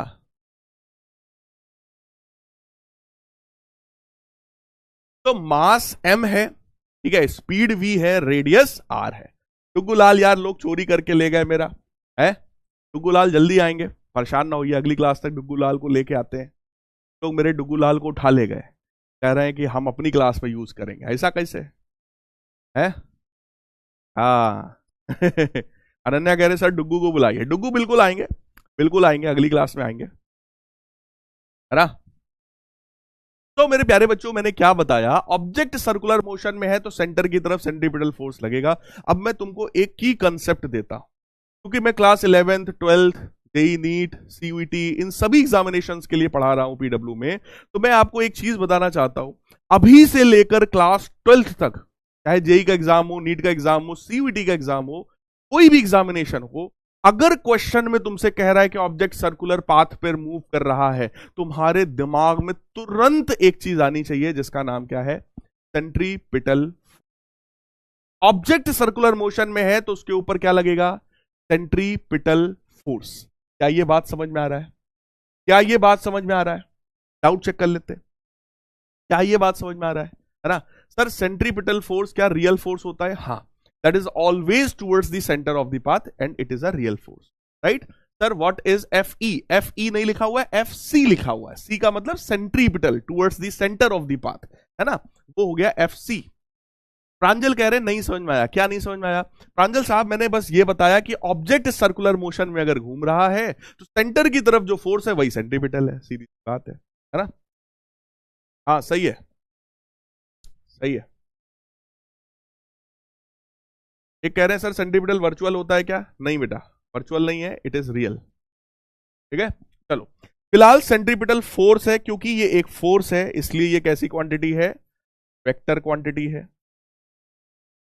कोई भी फोर्स कैसी क्वांटिटी होता है? वेक्टर होता है, क्योंकि उसके पास एक डायरेक्शन होता है। अगर एसआई यूनिट की बात किया जाए तो किसी भी फोर्स की एसआई यूनिट होती है न्यूटन। सीजीएस यूनिट की अगर बात किया जाए, किसी भी फोर्स का सीजीएस यूनिट होता है डाइन, राइट? और 1 न्यूटन जो है वो 10 की पावर 5 डाइन के बराबर होता है। 1 न्यूटन जो है वो 10 की पावर 5 डाइन के बराबर होता है। क्लियर है? ठीक, चलो जी, यहां पर देखो, अब सेंट्रीपिटल फोर्स की बात आपसे कर रहे हैं। कह रहे हैं कि in circular motion at each point of circular path, circular path के हर एक पॉइंट पर the particle continuously changes its direction of, जो पार्टिकल है उसकी वेलोसिटी का डायरेक्शन कंटिन्यूअसली चेंज हो रहा होता है, तभी वो सर्कुलर पाथ पर मूव कर पाता है। This change in the direction, this change in direction can not be brought without force. ये जो चेंज इन डायरेक्शन हो रहा है ये बिना फोर्स के पॉसिबल नहीं है। देखो, अगर कहीं पर भी वेलोसिटी चेंज हो रही है तो एक्सेलरेशन आएगा, एक्सेलरेशन आएगा तो फोर्स आएगा, यानी कि बिना फोर्स लगाए किसी भी ऑब्जेक्ट की वेलोसिटी में हम लोग चेंज नहीं कर सकते, ना ही हम उसकी स्पीड में चेंज कर सकते, ना ही हम उसकी डायरेक्शन में चेंज कर सकते। यानी कि हम वेलोसिटी में कोई चेंज वहां पर नहीं कर सकते हैं। ठीक है, अब हमसे कह रहे हैं hence the motion in circular path is possible only under the influence of a force which is termed as centripetal force. यानी कि सर्कुलर मोशन तभी पॉसिबल है जब सेंटर की तरफ एक फोर्स हो, और उसी फोर्स का नाम होता है centripetal force. At each point of the circular path this force is directed towards the centre of the circle, यानी ये फोर्स हमेशा सेंटर की तरफ होता है, इसीलिए इसका नाम सेंट्रीपिटल फोर्स होता है। The direction of the acceleration also changes at each point of the circular path, यानी कि एक्सेलरेशन का डायरेक्शन भी चेंज हो रहा है ना? Its magnitude remains the same. ये जो सेंट्रीपिटल एक्सेलरेशन होता है उसका मैग्नीट्यूड अगर मैं आपको बताऊं, देखो कोई भी फोर्स जो होता है वो मास इंटू एक्सेलरेशन के बराबर होता है। तो अगर वो सेंट्रीपिटल फोर्स है बेटा तो वो मास इंटू सेंट्रीपिटल एक्सेलरेशन के बराबर होगा। सेंट्रीपिटल फोर्स की वैल्यू मैंने तुम्हें क्या बताई? That is mv square divided by r। अगर मैं उसको मास इंटू सेंट्रीपिटल एक्सेलरेशन के बराबर करूं, m से m कैंसिल हो जाएगा। एक फॉर्मूला हमारे पास और निकल करके आया, वो फॉर्मूला किसका है? सेंट्रीपिटल एक्सेलरेशन का। अब ध्यान से देखो, सेंट्रीपिटल एक्सेलरेशन जो है that is equal to v square by r। r radius है, v स्पीड है। मेरे प्यारे बच्चों, ये जो सेंट्रीपिटल एक्सेलरेशन है that is always constant in magnitude. Centripetal acceleration का जो मैग्नीट्यूड होता है, इसका जो नंबर वाला पार्ट होता है वो हमेशा कांस्टेंट है। v square by r always, इसकी वैल्यू कैसी है भैया? कांस्टेंट है ना? लेकिन इसका भी डायरेक्शन कंटिन्यूअसली चेंज हो रहा है। Constant in magnitude but its direction is continuously changing। इसका जो डायरेक्शन है मेरे प्यारे बच्चों वो कंटिन्यूअसली क्या हो रहा है? चेंज हो रहा है। जब ऑब्जेक्ट यहां पर था, फोर्स इधर की तरफ था, तो सेंट्रीपिटल एक्सेलरेशन भी इधर ही की तरफ था। ऑब्जेक्ट यहां पे पहुंचा, फोर्स इधर हो गया, तो सेंट्रीपिटल एक्सेलरेशन भी इधर ही हो गया, क्योंकि एक्सेलरेशन का डायरेक्शन वही होता है जो फोर्स का डायरेक्शन होता है, राइट? तो मेरे प्यारे बच्चों, ये जो सेंट्रीपिटल एक्सेलरेशन है, ये इसका मैग्नीट्यूड तो कांस्टेंट है, लेकिन डायरेक्शन इसकी भी सेंटर की ही तरफ है। डायरेक्शन इसकी सेंटर की ही तरफ है। पलक कह रहे हैं सर ये वाला फॉर्मूला आपकी सेलिना वाली बुक में तो नहीं है। यार देखो, अगर सिर्फ सेलिना वाली बुक ही पढ़नी होती तो फिर शैलेंद्र पांडे की क्या जरूरत थी? फिर मुझे इस बैच में लाने की जरूरत ही क्या थी? मेरे को इस बैच में या क्लास 9th में आप लोग के साथ इसीलिए भेजा गया था कि सर इन बच्चों को एकदम सुपर स्ट्रांग करो, और रेडियंट बैच में आप लोगों ने इस चीज को प्रूफ किया। आप में से मेजॉरिटी बच्चों ने 95 प्लस मार्क्स गेन किए हैं अपने एग्जामिनेशन में। तो आप लोगों को यहां पर इसीलिए लेकर के आए हैं और मुझको भी यहां पर इसीलिए लेकर के आए हैं कि आप लोग इस साल 100% मार्क्स ला करके टॉप करेंगे। 99%, 99.5%, 98% मार्क्स आप सबको लाने हैं, सबको लाने। इसीलिए मुझे यहां पर भेजा गया है कि सर थोड़ा अच्छे लेवल पर इन बच्चों को पढ़ाओ, क्योंकि आईसीएसई में अच्छे लेवल की चीजें हैं, अच्छे लेवल के कंसेप्ट्स हैं, राइट। तो इसीलिए मैं यहां पर इस बैच में आया हूं और मैं आप लोगों को बहुत सारी ऐसी चीजें भी बताऊंगा जो तुम्हारी किताब में नहीं, ठीक है। हो सकता है 11th लेवल की चीजें हो, 12th लेवल की चीजें हो, लेकिन वो वही चीजें होंगी जिसको मैं आराम से तुम्हें समझा पाऊंगा, जिसको तुम आराम से समझ सकते हो। खुद सोचो, सेंट्रीपिटल एक्सेलरेशन के फॉर्मूले में ऐसी कौन सी चीज है जिसको तुम नहीं जानते हो? सोचो भाई, स्पीड कितनी है तुम्हें पता है, रेडियस कितनी तुम्हें पता है, खाली फॉर्मूले में रखना ही तो है, रख लेंगे, आ जाएगा, है ना। और ये सेंट्रीपिटल एक्सेलरेशन भी किधर की तरफ होता है बेटा? सेंटर की तरफ ही होता है, right. The acceleration is variable. यही कारण है कि सेंट्रीपिटल एक्सेलरेशन कैसा एक्सेलरेशन होता है बेटा? वेरिएबल एक्सेलरेशन होता है, क्योंकि इसका भी डायरेक्शन लगातार चेंज हो रहा होता है। मैग्नीट्यूड इसका कांस्टेंट है लेकिन डायरेक्शन चेंज हो रहा है। Hence, for a particle moving in circular path, a force is needed which acts as a centripetal। यानी कि अगर किसी भी ऑब्जेक्ट को सर्कुलर पाथ में मूव करना है, there must be a force which is known as centripetal acceleration, centripetal force. क्या आप लोगों को मेरी बात समझ में आ रही है? 98.85% एक बच्चे के आए थे अभी, उसने कमेंट में लिखा था, क्या बात है, क्या बात है। अद्विक भाई ने कहा कि सर सेंट्रीपिटल एक्सेलरेशन बता दीजिए। तो whenever any object is moving in circular path, direction of its velocity is continuously changing, there must be an acceleration towards the center of the path which is known as centripetal acceleration। जब force की बात करेंगे तो कह देंगे there must be a force towards the center of the path which is known as centripetal force, right. Formula है force का mv²/r और एक्सेलरेशन का फॉर्मूला क्या होता है भाई साहब? v² divided by r। Sir ये सेंट्रीपिटल फोर्स कैसी क्वांटिटी है? Vector quantity. सेंट्रीपिटल एक्सेलरेशन भी कैसी क्वांटिटी है? Vector quantity. सेंट्रीपिटल फोर्स हमेशा सेंटर की तरफ होता है, सेंट्रीपिटल एक्सेलरेशन भी हमेशा सेंटर की तरफ होता है, राइट है क्या? राइट है क्या? समीर कह रहे हैं सर इस वाले फॉर्मूले का डेरिवेशन बता दो। डेरिवेशन 11th के लेवल पर है, लेकिन अगर तुम्हारा मन है अभी ही समझने का, सीखने का, तो यहां बैच में तो नहीं बता रहा हूं, बट मैं तुम्हें बता रहा हूं फिजिक्स वाला का ही एक चैनल है एनसीईआरटी वाला।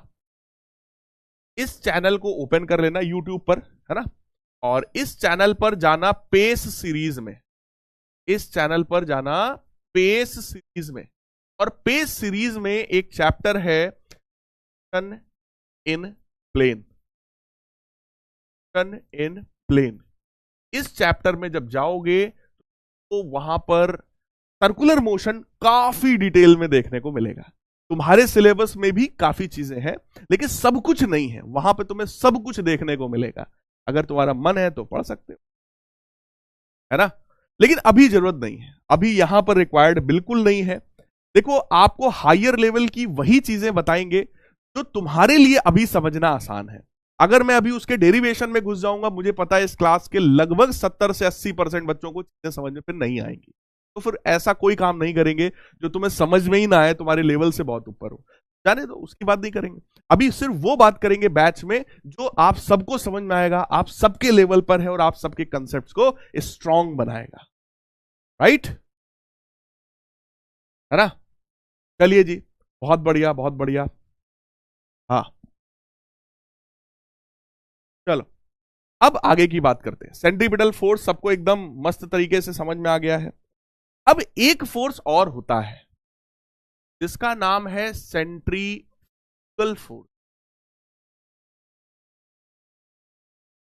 आप में से कितने ऐसे बच्चे हैं जो सेंट्रीफ्यूगल फोर्स के बारे में जानते हैं?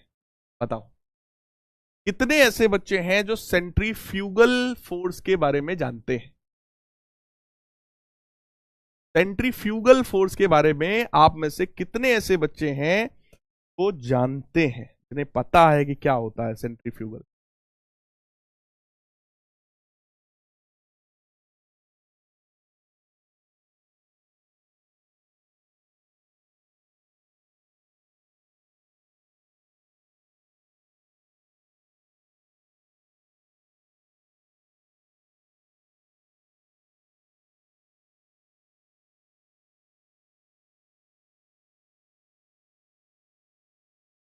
बताओ जल्दी से बताओ।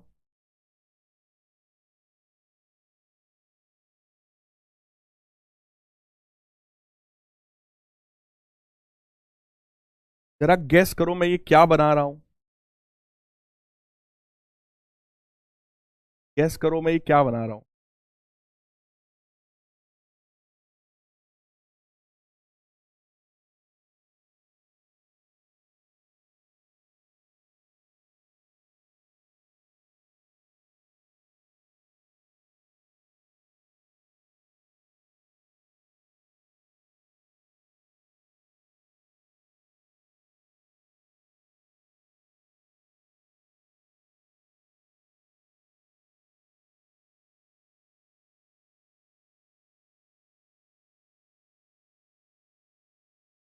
हाँ, चलो 83% बच्चे बोल रहे हैं कि उन्हें पता है, लेकिन मैं आपको बता रहा हूं जो बात मैं बताने जा रहा हूं ना, शायद ही आप में से किसी को पता होगी।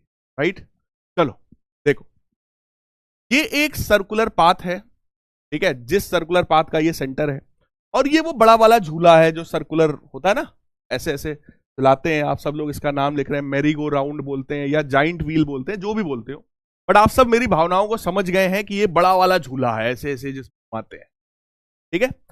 ये उस झूले का केबिन है। ये क्या है? ये उस झूले का क्या है? ये क्या है? केबिन है ना। ये जो ग्रीन कलर से मैंने दिखाया, ये केबिन है, और उस केबिन के अंदर डुग्गू लाल साहब, और ये समझ लो डुग्गू लाल साहब की गर्लफ्रेंड बैठी हुई है। दोनों लोग बैठे हुए हैं, है ना, इसीलिए डुग्गू लाल साहब आज यहां पर प्रेजेंट नहीं है ना। डुग्गू लाल साहब जो है वो तो सुंदर कन्या के साथ घूमने गए हैं, और इवन झूला वूला झुला रहे हैं, भले उनकी खुद की हालत खराब हो जाती है झूले में, लेकिन वो झूला झुला रहे हैं इस सुंदर सी कन्या को, है ना। तो डुग्गू लाल की ये जीएफ है, और ये खुद डुग्गू लाल साहब बैठे हुए हैं, आमने सामने बैठे हैं कि थोड़ा देखते रहेंगे, अच्छा लगेगा, है ना। अब एक चीज जरा सोचो, जरा सोचो, अगर मैं पूछूं कि ये केबिन किस मोशन में है, तो आप लोग क्या बोलोगे? केबिन किस मोशन में है बेटा? ये जो केबिन है, ये केबिन कौन से मोशन में है भैया? है ना। हाँ, ये सही है, ये सही है, ये सही है, क्या बात है, क्या बात है। तो ये है हमारे डुग्गू लाल साहब, है ना, और ये है डुग्गी। क्या बात है ना। इनका नाम क्या रख दें? डुग्गी। लाल तो नहीं कहेंगे, हाँ देखो, लाल तो लड़कों के नाम पे अच्छा लगता है ना, तो इनको बोल देते हैं डुग्गी पिंक, है ना। कन्याओं को पिंक पसंद आता है ना। तो ये है डुग्गू लाल, ये है डुग्गी पिंक। बोलो यार, है ना। हाँ, तो ये जो केबिन है, ये केबिन कौन से मोशन में है बेटा? ये केबिन कौन से मोशन में है? सर्कुलर मोशन में है। यानी कि इस केबिन पर फोर्स लगेगा, वो कौन सा होगा यार? बताओ, केबिन पर कौन सा फोर्स होगा? सेंट्रीपिटल या फिर सेंट्रीफ्यूगल फोर्स?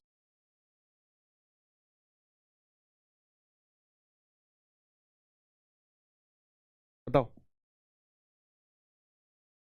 ए और बी में से चूज करो, ए और बी में से चूज करो। केबिन भैया, केबिन जो है वो सर्कुलर मोशन में है कंटिन्यूअसली, केबिन पर कौन सा फोर्स लगेगा? हाँ, हाँ, कौन सा?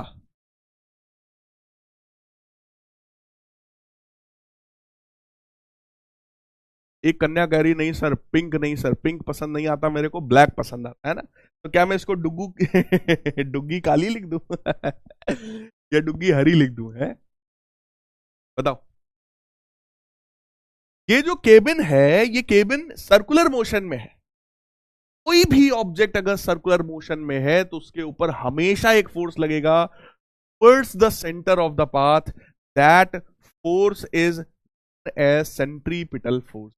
जब केबिन यहां था, सेंट्रीपिटल फोर्स ऊपर था, यही केबिन यहां पर जब पहुंचा तो सेंट्रीपिटल फोर्स इधर की तरफ आ गया। यानी कि अभी जो करेक्ट आंसर है वो है सेंट्रीपिटल फोर्स। 41.39% बच्चों ने ही सही जवाब दिया है। 57% बच्चे फालतू में कंफ्यूज हो। मैंने अभी तक क्या बताया, ऑब्जेक्ट अगर सर्कुलर मोशन में है तो उस ऑब्जेक्ट के ऊपर कौन सा फोर्स लगेगा, सेंट्रीपिटल फोर्स, है ना, सेंट्रीपिटल फोर्स। अब दूसरा क्वेश्चन सुनो, दूसरा क्वेश्चन सुनो। ये जो डुग्गू लाल और डुग्गी लाल कह लो या डुग्गी पिंक कह लो, डुग्गी हरी कह लो, जो तुम्हें कहना कह लो, इनके ऊपर कौन सा फोर्स लगेगा, इनके ऊपर कौन सा फोर्स लगेगा? एक बच्चे ने बड़ा अच्छा नाम बताया, इनका नाम है डुग्गी देवी। ये सही है, ये सही है, डुग्गू लाल और डुग्गी देवी, है ना, ये भी अपने अब क्लास में रहेंगी। हाँ, डुग्गू लाल और डुग्गी देवी, यस, डुग्गी देवी, क्या बात है, क्या बात है, ये सही है, डुग्गू लाल और ये उनकी डुग्गी देवी, इन दोनों के ऊपर कौन सा फोर्स लगेगा, इन दोनों पर कौन सा फोर्स लगेगा, बताओ। इन दोनों पर कौन सा फोर्स लगेगा, फटाफट बताइए।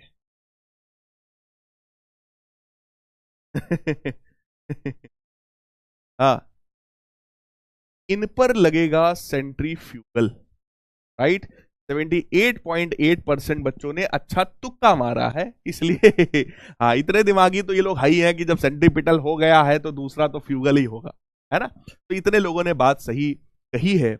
मैं यहां पर अब SSS वाला पॉइंट लिख दूं, जो कंसेप्ट है।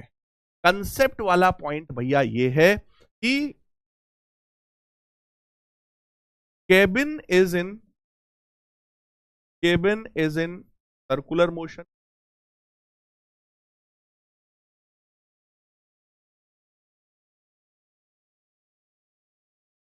there must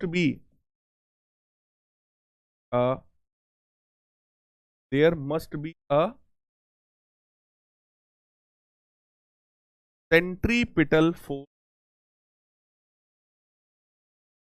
on it, but Duggu Lal and Duggi Devi, Duggu Lal and Duggi Devi will experience outwards force as centrifugal force। Duggu Lal और ये जो डुग्गी देवी बैठी हुई हैं, इनके ऊपर जो फोर्स लगेगा वो हमेशा बाहर की तरफ लगेगा, और उस बाहर की तरफ लगने वाले फोर्स का नाम होता है सेंट्रीपिटल। इस फोर्स का नाम क्या होता है, सेंट्रीपिटल फोर्स। यानी कि बेटा अगर मैं फोर्स की बात यहां पर करूं तो इनके ऊपर, इन दोनों के ऊपर अगर मैं फोर्स दिखाऊं तो वो फोर्स होगा बाहर की तरफ। यहां पर जब आप देखोगे तो इनके ऊपर फोर्स होगा इधर की तरफ, इनके ऊपर भी फोर्स होगा इधर की तरफ, आउटवर्ड्स, बाहर की तरफ, इन दोनों के ऊपर बाहर की तरफ। जब केबिन यहां पहुंचेगा तो इधर की तरफ, जब केबिन यहां पहुंचेगा तो इधर की तरफ। यही केबिन जब यहां पर पहुंचेगा,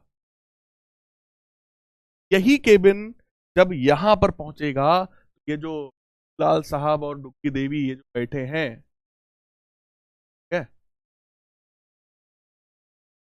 इन दोनों लोगों के ऊपर जो फोर्स लगेगा दैट विल बी आउटवर्ड, बाहर की तरफ, है ना। इसीलिए अगर आप लोगों ने ये वाला झूला झूला हो, अगर आप लोगों ने इस वाले झूले में अगर आप कभी भी बैठे हो तो जरा फील करो, याद करो उस चीज को।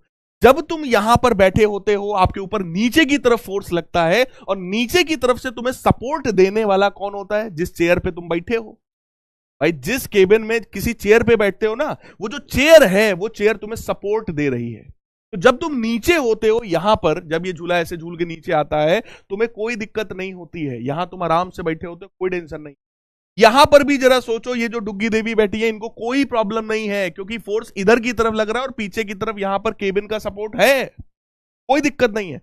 असली मजा तो यहां के बाद शुरू होता है, यहां से यहां, यहां से यहां में जब वो ऑब्जेक्ट होगा तो आप जरा सोचो, ये यहां पर जब वो होंगे, इनके ऊपर फोर्स इधर की तरफ लगेगा, है ना। ये केबिन है, केबिन है, यहां पर जो भी बैठा होगा उस पर फोर्स लगेगा बाहर की तरफ, और वो ऐसा सीन होगा, कुर्सी उसकी पीछे की तरफ है, कुर्सी उसकी पीछे की तरफ है ना, कुर्सी पीछे की तरफ है, लेकिन फोर्स ऐसा लग रहा है, इस डायरेक्शन में फोर्स लग रहा है। ये जो आउटवर्ड फोर्स होता है, इस आउटवर्ड फोर्स को मेरे प्यारे बच्चों क्या बोला जाता है? Centrifugal force.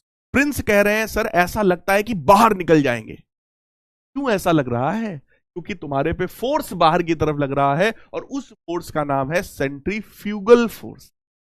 सर ये सेंट्रीफ्यूगल फोर्स कैसा फोर्स होता है? आपको बताऊं, ये एक वर्चुअल फोर्स।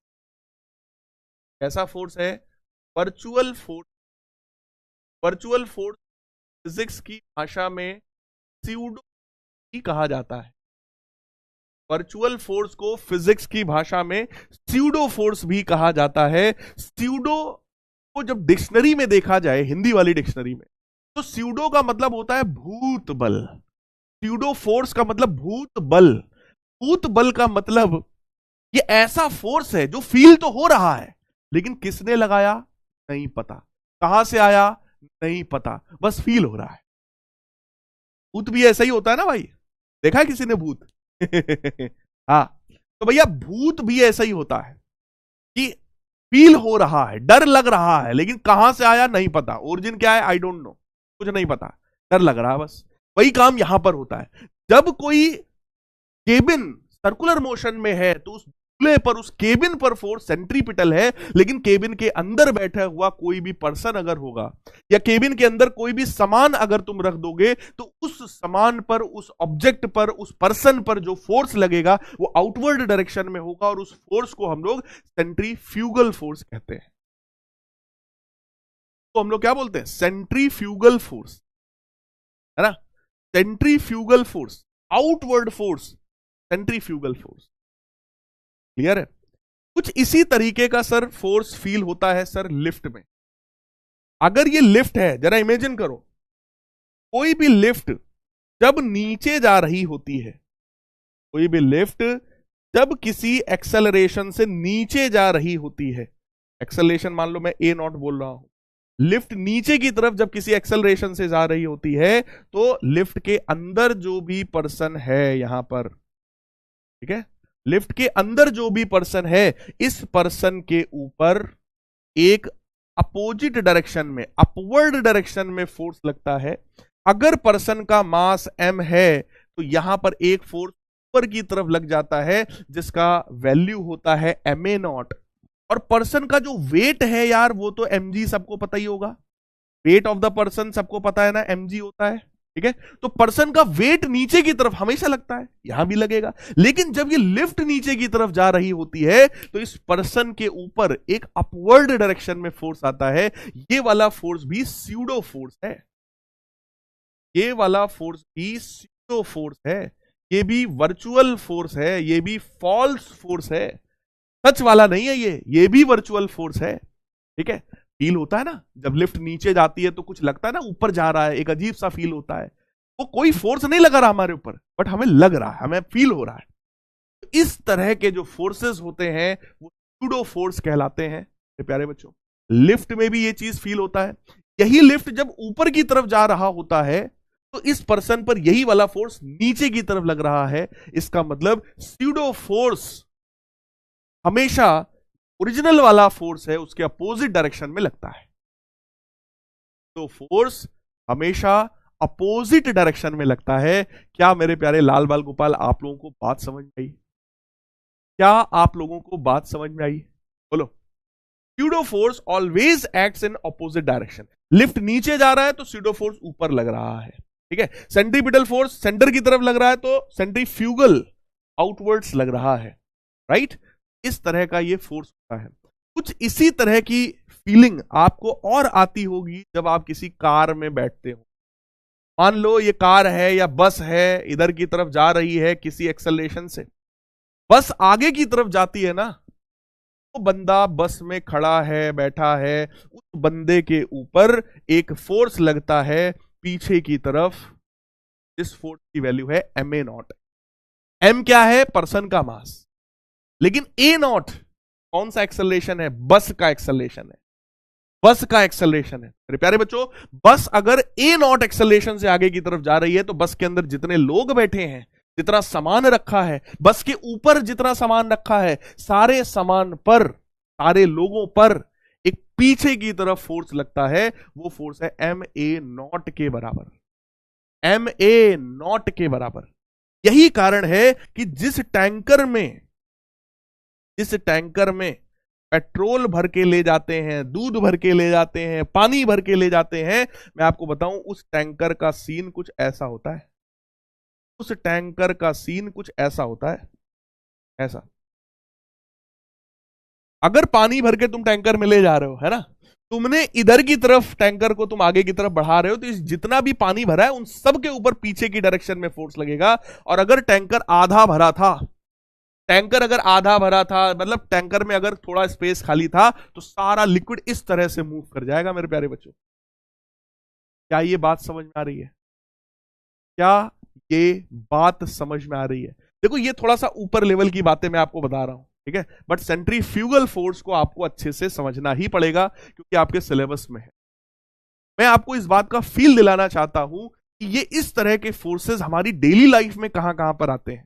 आप ये वाले झूले में आप सब लोग झूले होंगे, ठीक है, झूले पर फोर्स है सेंट्रीपिटल, लेकिन झूले के अंदर जो बैठा है उस पर फोर्स आउटवर्ड्स है, उसको हम लोग बोलेंगे सेंट्रीफ्यूगल।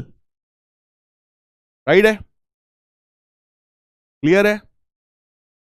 एक बच्चा कह रहा है सर लिफ्ट या ये जो ट्रक है, बस है, सर ये तो सर्कुलर मोशन में नहीं है। मैं कहां कह रहा हूं ये सर्कुलर मोशन का? मैं तो तुमको स्यूडो फोर्स के बारे में बताने लगा बस। स्यूडो फोर्स, इस पूरी स्लाइड का सर्कुलर मोशन से कोई लेना देना नहीं है। मैं तुम्हें बता रहा हूं कि इस तरह के स्यूडो फोर्सेस कहां कहां पर आते हैं। लिफ्ट जब नीचे जाती है ए नॉट एक्सेलरेशन से, ध्यान रहे ए नॉट एक्सेलरेशन से लिफ्ट नीचे जा रही है, लिफ्ट नीचे जाएगी तो लिफ्ट के अंदर जो भी होगा उसके ऊपर अपवर्ड डायरेक्शन में फोर्स आएगा, राइट। और अगर ट्रेन या बस आगे जा रही है तो पर्सन पे पीछे फोर्स लगेगा। लिक्विड भरे हो, लिक्विड पीछे की तरफ ऐसे चढ़ जाएगा। राइट है? क्लियर है? एक बच्चा लिख रहा है सर ये तो इनर्शिया से हम लोग एक्सप्लेन करते थे। यस, बिल्कुल इनर्शिया से एक्सप्लेन करते थे क्योंकि उस समय तुमको स्यूडो फोर्स के बारे में पता नहीं था, तो आपको वही चीज, सेम चीज को इनर्शिया के थ्रू बता दिया जाता था कि भैया बस आगे निकल गई, बाकी चीजें पीछे रह गई, है ना। बट जो एग्जैक्ट कंसेप्ट है वो कंसेप्ट है स्यूडो फोर्स, है ना। तो सेंट्रीफ्यूगल फोर्स भी एक तरह का स्यूडो फोर्स है, एक तरह का वर्चुअल फोर्स है, एक तरह का फॉल्स फोर्स है, जो कि पिक्चर में आएगा। अच्छा, एक चीज इमेजिन करो, एक पंखा है, जैसे मैं आपके सामने देखो, एक मैं आपके सामने एक प्रैक्टिकल करके दिखाना चाहता हूं। मान लो ये कोई एक अम्ब्रेला है, मान क्या लो हाई है ना हाँ, ये ऐसे ऐसे घूम रहा हो, ये ऐसे ऐसे घूम रहा हो, यानी कि ये सर्कुलर मोशन में है। अब अगर मैं इसके सामने कोई एक चीज अगर यहां पे मैं गिराऊंगा, मान लो ये घूम रहा है और मैंने यहां पर कोई एक चीज गिरा दी, बताओ वो चीज किस तरफ जाएगी? अगर ये ऐसे ऐसे मैं घुमा रहा हूं और इसके ऊपर मैं एक चीज ऐसे गिराऊं, इस अम्ब्रेला के हर एक इस वाले पॉइंट पर बोलो जो फोर्स होगा वो सेंटर की तरफ होगा, क्योंकि ये तो सर्कुलर मोशन में घूम रहा है ना, इस तरीके से। इमेजिन करो यार, ये घूम रहा है तो सर्कुलर मोशन में घूम रहा है ना, राइट। यहां पर अगर मैं एक चीज गिराऊंगा तो वो चीज किधर की तरफ जाएगी? बोलो किधर की तरफ जाएगी? किधर की तरफ जाएगी? फेंका जाएगी। एक बच्चे ने लिखा सर फेंका जाएगी, यानी कि वो आउटवर्ड चली जाएगी। इधर चली जाएगी, आउटवर्ड चली जाएगी। क्यों आउटवर्ड चली जाएगी? Due to this centrifugal force, due to this centrifugal force, है ना। सेंट्रीफ्यूगल फोर्स की वजह से ये बाहर की तरफ फेंका जाएगी, तुरंत बाहर की तरफ फेंका जाएगी, है ना। मैं ट्राई करके देखता हूं, तुम्हारे सामने ही कर रहा हूं। एक चीज इस पे ऐसे गिराऊंगा एंड लेट अस सपोज, देखते हैं भैया क्या होता है, देखते हैं क्या होता है।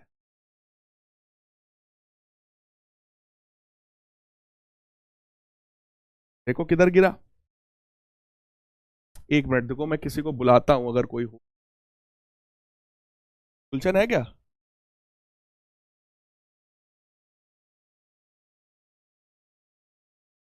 देखो, अगर कोई चीज ऐसे ऐसे घूम रही है, राइट, और इसके ऊपर अगर कोई चीज ऐसे यहां से गिराई जाएगी, अब मैं एक ही हाथ से घुमा करके वैसे कर नहीं पा रहा हूं, ट्राई करता हूं बट फिर भी, है ना, ट्राई करता हूं, ट्राई करता हूं, कर पाऊं तो दिखा पाऊं। देखो किधर की तरफ गया, आउटवर्ड्स, हमेशा बाहर की तरफ गिरेगा। And you can your self try it, आप अपने खुद से इसको ट्राई कर सकते हो। ऑब्जेक्ट अगर सर्कुलर मोशन में है, उसके ऊपर कोई चीज गिराओगे, हमेशा बाहर की तरफ जाए, ऑलवेज। कारण क्या है, सेंट्रीफ्यूगल, सेंट्रीफ्यूगल आउटवर्ड्स, है ना, centrifugal, that is the main reason. आइए अब इसकी थ्योरी वाले पार्ट पर चलते हैं। देखो थ्योरी वाला पार्ट क्या है इसका, a force acting on a body away from centre of the circular path is known as centrifugal force. कोई भी ऐसा फोर्स जो ऑब्जेक्ट पर लग रहा है, सेंटर के अपोजिट डायरेक्शन में बाहर की तरफ फोर्स लग रहा है, उस सेंट्रीफ्यूगल फोर्स कहा जाता है। Hence centrifugal force is in the direction opposite to the direction of the centripetal force. Centrifugal force जो है वो सेंट्रीपिटल फोर्स के अपोजिट डायरेक्शन में लगता है। सेंट्रीपिटल सेंटर की तरफ लगेगा, बट सेंट्रीफ्यूगल जो है वो अपोजिट डायरेक्शन में लग रहा होता है। Its magnitude is same as that of the centripetal force. जो मैग्नीट्यूड बेटा सेंट्रीपिटल फोर्स का होता है ना, mv²/r, सेम मैग्नीट्यूड सेंट्रीफ्यूगल का भी होता है, right, but outward. But centrifugal force is not the force of reaction of centripetal force because action and reaction do not act on the same body, right? It is not the real force. ये real force नहीं है, it is fictitious force, यानी कि virtual force है, assumed by an observer moving in circular path along with the body। देखो बड़ी अच्छी बात तुम्हारी किताब में देखो लिख दी गई है, देखो assumed by the observer moving in circular path along with the body। Body किस मोशन में है, सर्कुलर मोशन में है, लेकिन ये लग किस पर लग रहा, ये जो सेंट्रीफ्यूगल है वो किसके ऊपर लग रहा है, वो लग रहा है ऑब्जर्वर के ऊपर। बेटा ऑब्जर्वर के ऊपर सेंट्रीफ्यूगल है, और जो बॉडी है, बॉडी, बॉडी पर कौन सा है, सेंट्रीपिटल फोर्स लग रहा है। क्या ये कंसेप्ट आपको चमका है? देखो काफी डिटेल में मैंने बताने की कोशिश की है आपको। क्या बेटा आपको ये बात समझ में आई है? फटाफट बता दो। अगर बात समझ में आई है चैट बॉक्स में जरा आग लगा दीजिए एक बार सभी लोग, चैट बॉक्स में एक बार आग लगा दो, हार्ट स्पैम कर दो, सभी लोग अपना दिल दिखा दो। कुछ बच्चे एंड एंड लिख रहे हैं, लेकिन मैं आप सभी को बता दूं मेरे लेक्चर का जो मिनिमम ड्यूरेशन होगा, मिनिमम, वो 1 hour 30 minutes। This will be the minimum duration. 1 घंटे 40 मिनट, 1 घंटे 45 मिनट हो सकता है, राइट, बट 1 घंटे 30 मिनट से कम में बेटा क्लास प्लीज मेरे से एक्सपेक्ट मत करो, क्योंकि मैं जिस लेवल की चीजें आपको पढ़ाना चाहता हूं वो फिर पॉसिबल नहीं हो पाएगा। आप ही का नुकसान होगा, मुझे क्या है, मैं तो 1 घंटा पढ़ा के चला जाऊंगा, मुझे क्या दिक्कत है, लेकिन नुकसान आपका होगा।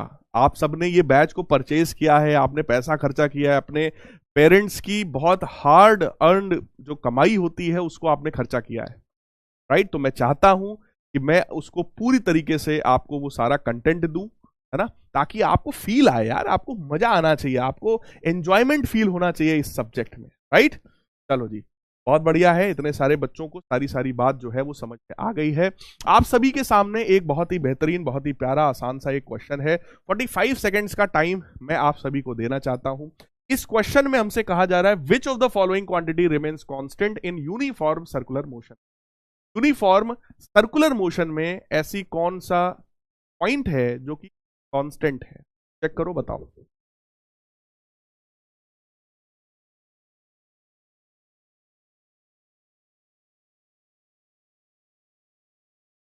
एक आह भरी,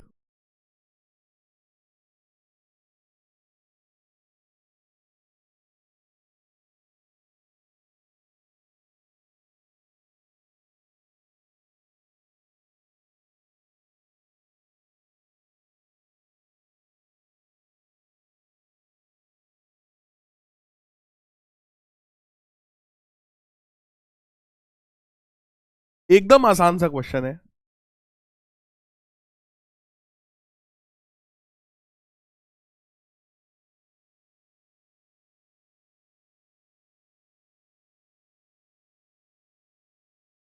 हाँ जी। तो जब कोई ऑब्जेक्ट यूनिफॉर्म सर्कुलर मोशन में होता है तो उसकी स्पीड कांस्टेंट होती है, जबकि वेलोसिटी चेंज हो रही है, एक्सेलरेशन भी वेरिएबल है क्योंकि डायरेक्शन चेंज हो रहा है, राइट। केवल स्पीड है यहां पर जो कि कांस्टेंट होती है। देखते हैं।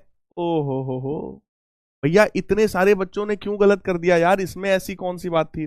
ऑब्जेक्ट अगर यूनिफॉर्म सर्कुलर मोशन में है तो मेरे प्यारे बच्चों स्पीड कांस्टेंट होएगी, बट वेलोसिटी चेंज होगी क्योंकि डायरेक्शन चेंज हो रही है। इसमें तो बड़ी सिंपल सी बात है ना। नेक्स्ट क्वेश्चन क्या है?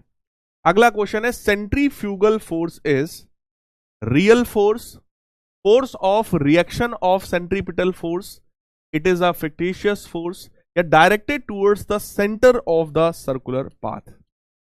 ध्यान रहे बात सेंट्रीफ्यूगल फोर्स की हो रही है। सेंट्रीफ्यूगल फोर्स कैसा फोर्स होता है?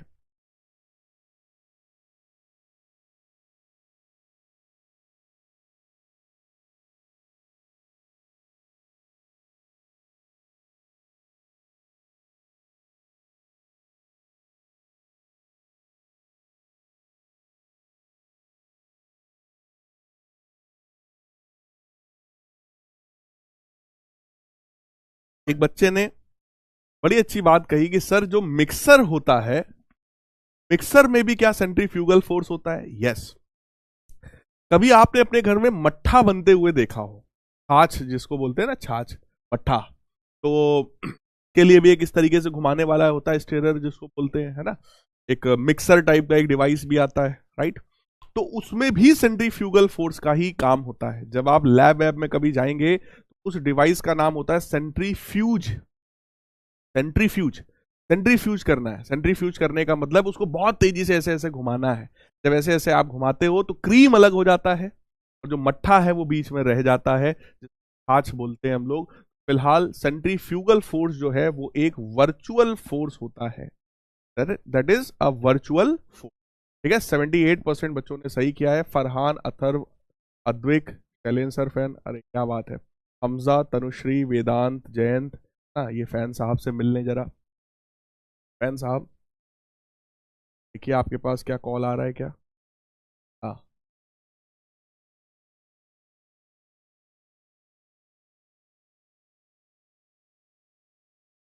Just a minute, just a minute.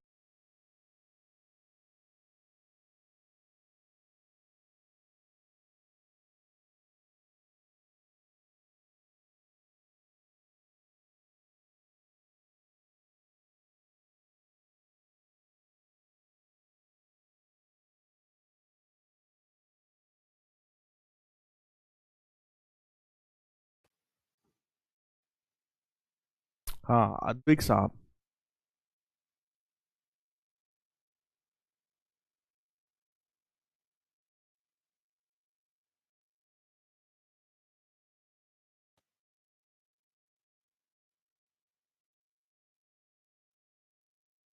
Connect हो रहा हो तो उठाइए। हाँ,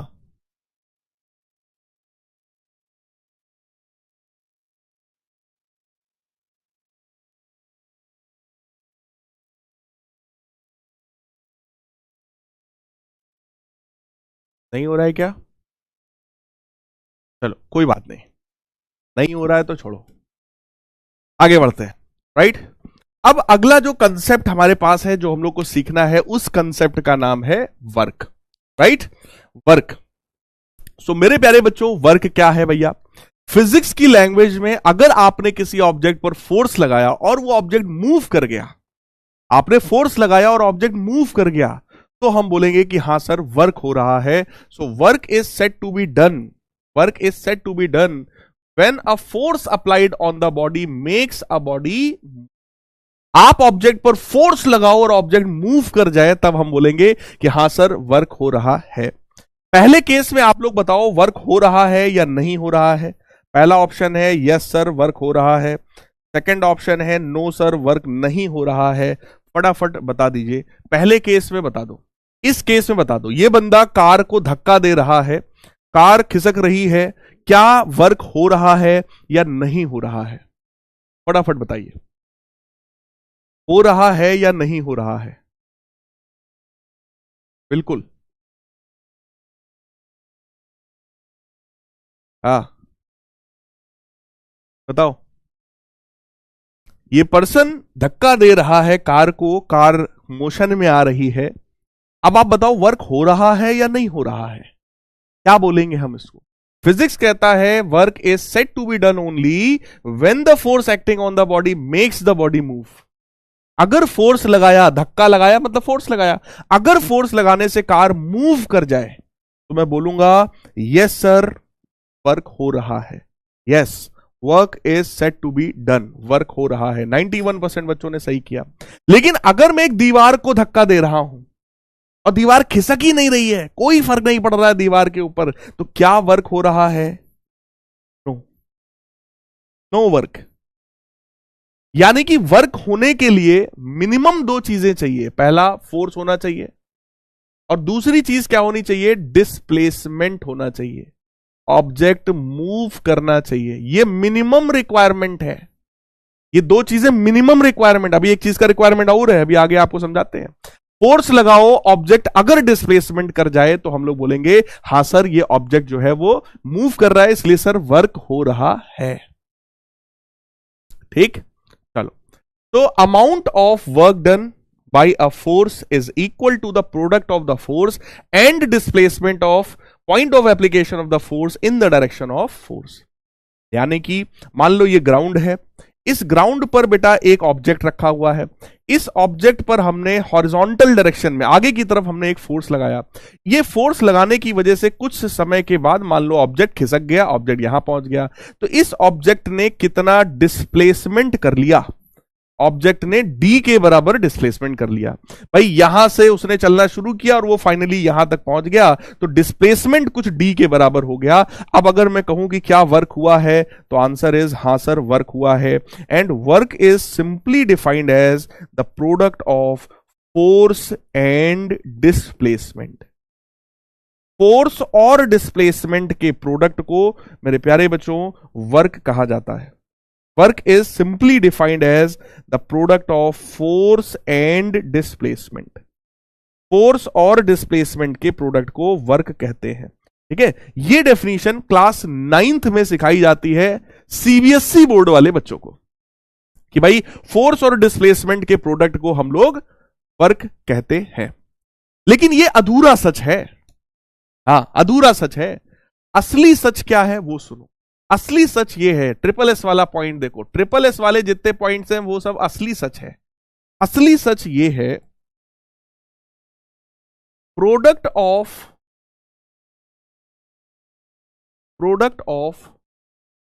force and displacement of body in the direction of force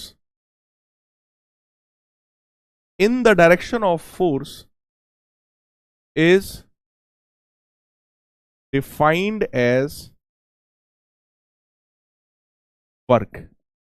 work हम किसको बोलेंगे? जब फोर्स और डिस्प्लेसमेंट फोर्स की ही डायरेक्शन में होना चाहिए, यानी फोर्स और डिस्प्लेसमेंट अगर दोनों का डायरेक्शन सेम है तब हम बोलेंगे कि हां सर फोर्स और डिस्प्लेसमेंट का जो प्रोडक्ट है वो वर्क कहलाता है। Right? So force multiplied displacement, but यहां पर एक चीज और लिखेंगे, displacement in direction of force. Force की डायरेक्शन में अगर डिस्प्लेसमेंट है तब हम फोर्स और डिस्प्लेसमेंट के प्रोडक्ट को वर्क का नाम देते हैं। क्या आपको बात समझ में आया? Is it clear? Is it clear मेरे प्यारे बच्चों? क्या ये बात आपको समझ में आ गई है? फोर्स और डिस्प्लेसमेंट के प्रोडक्ट को वर्क कहा जाता है, लेकिन ये जो डिस्प्लेसमेंट है और ये जो फोर्स है दोनों सेम डायरेक्शन में होना चाहिए। सेम डायरेक्शन में नहीं है तो फिर यहां पर कुछ और काम हमें करना पड़ेगा, जो मैं आपको आगे बताना चाहूंगा। नेक्स्ट स्लाइड में मैं आपको बताना चाहूंगा। ठीक है, आप सबको मैं एक कंसेप्ट सिखा रहा हूं ट्रिगोनोमेट्री का। पहले जब ट्रिगोनोमेट्री के कंसेप्ट को सिखा पाएंगे उसके बाद आपसे मैं एक नई बात करूंगा वर्क के ही बारे में। ठीक है, देखो ट्रिगोनोमेट्री जो होती है वो हमेशा राइट एंगल ट्रायंगल में यार लगाई जा रही है। ठीक है, किसी भी राइट एंगल ट्रायंगल में ये वाला एंगल 90 होता है। 90 के सामने वाली जो साइड है उस साइड को हाइपोटेनस कहा जाता है। ठीक है, तो हाइपोटेनस कहते हैं हम लोग। ट्रायंगल का कुछ नाम लिख देते हैं, मान लो ट्रायंगल का नाम है ABC। अगर ये वाला एंगल हम लोग कंसीडर कर रहे हैं, ठीक है, अगर इस एंगल को हम थीटा मान रहे हैं, तो इस थीटा के सामने वाली जो साइड होती है वो परपेंडिकुलर होती है। एंगल के सामने वाली साइड परपेंडिकुलर होती है। अगर इसको थीटा मानोगे ना तो फिर ये परपेंडिकुलर हो जाएगा, और एंगल के बगल वाली जो साइड होती है उसको बेस कहा जाता है। तो क्या कहा जाता है? बेस कहा जाता है। सेम चीज देखो, ये 90 है, सामने वाली साइड तो हमेशा क्या कहलाएगी? हाइपोटेनस। सबसे बड़ी जो साइड होती है किसी भी राइट एंगल ट्रायंगल में उसको हमेशा हम लोग क्या बोलते हैं? Hypotenuse, right. अगर मैं इस एंगल को कंसीडर करके चल रहा हूं तो ये जो एंगल के साथ वाली साइड है उसको बेस बोलेंगे, और सामने वाली ये जो साइड होती है उसको परपेंडिकुलर बोलेंगे। This side is perpendicular, this is base, and this will be hypotenuse always, right. अगर आपसे ये कहा जाए कि सर साइन थीटा की वैल्यू बता दो, साइन थीटा की वैल्यू होती है बेटा परपेंडिकुलर अपॉन हाइपोटेनस।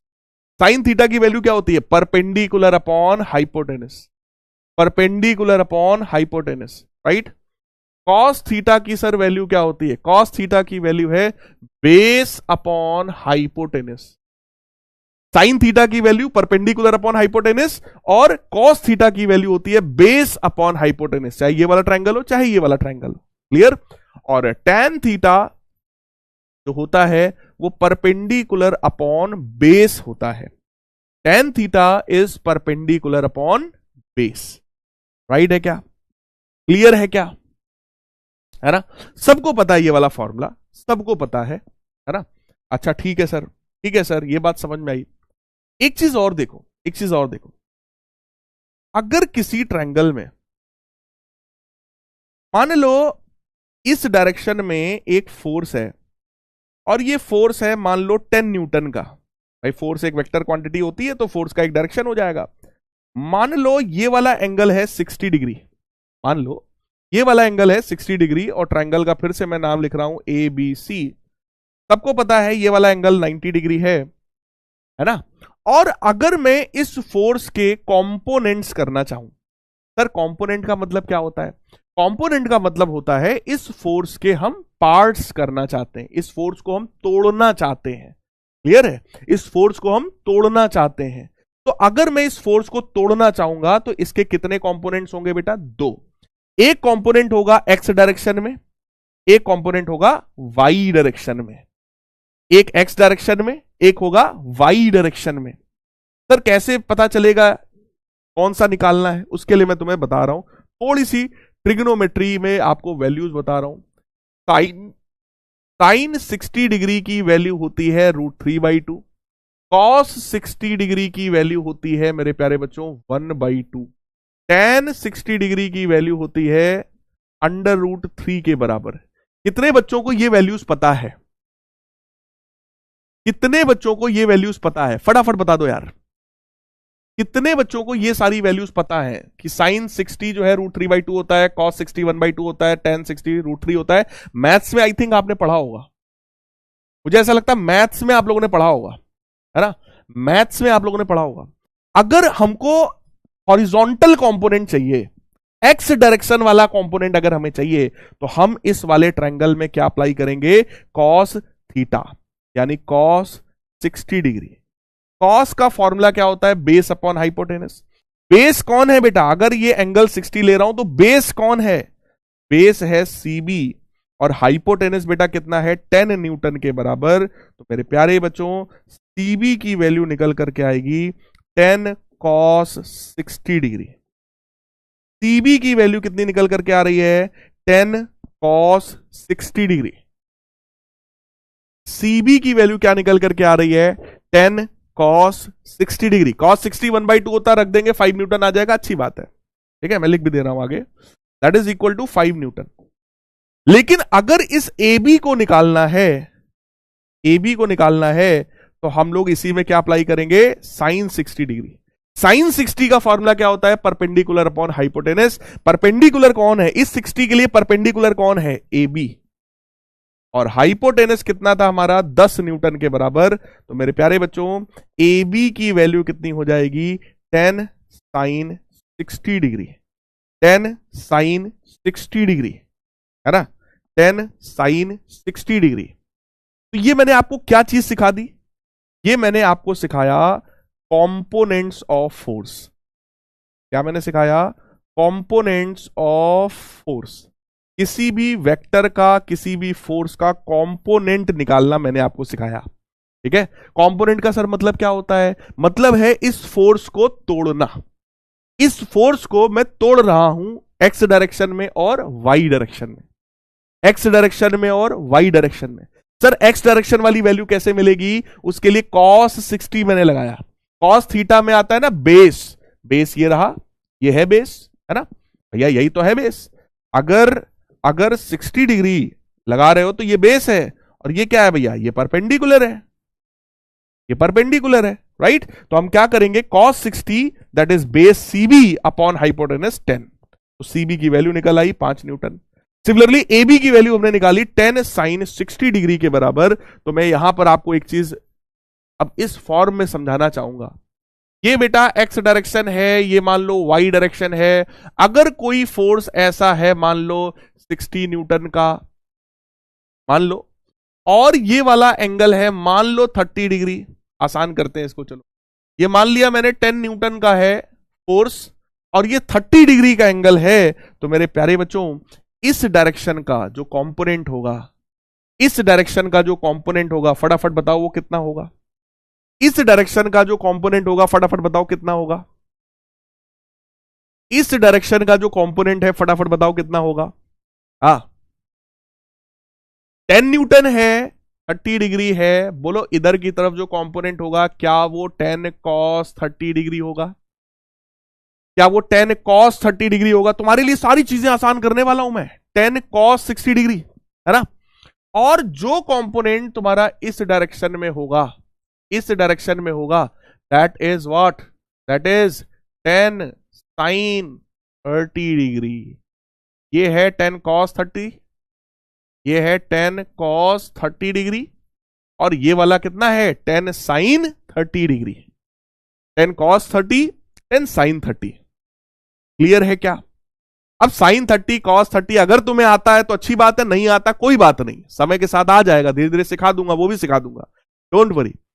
लेकिन क्या ये बात तुम्हें समझ में आ रही है। मैंने आपको एक सिंपल सा फंडा सिखाया। अब यहां पर ट्रिपल एस वाले पॉइंट पर आओ। ट्रिपल एस वाला पॉइंट कहता है कि अगर फोर्स दिया है, फोर्स के साथ एंगल दिया है, एंगल के साथ वाला कंपोनेंट हमेशा क्या होता है, कॉस वाला, और जो बच जाए वो कौन सा होता है, साइन वाला। ठीक है, तो मैं यहां लिख रहा हूं, मैं यहां लिख रहा हूं एंगल के साथ वाला कंपोनेंट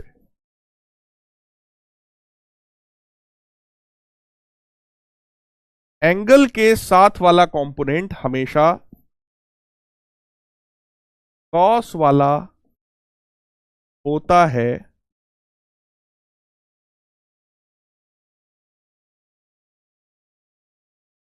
जबकि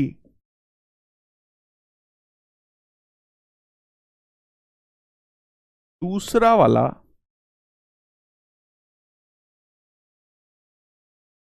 साइन वाला होता है।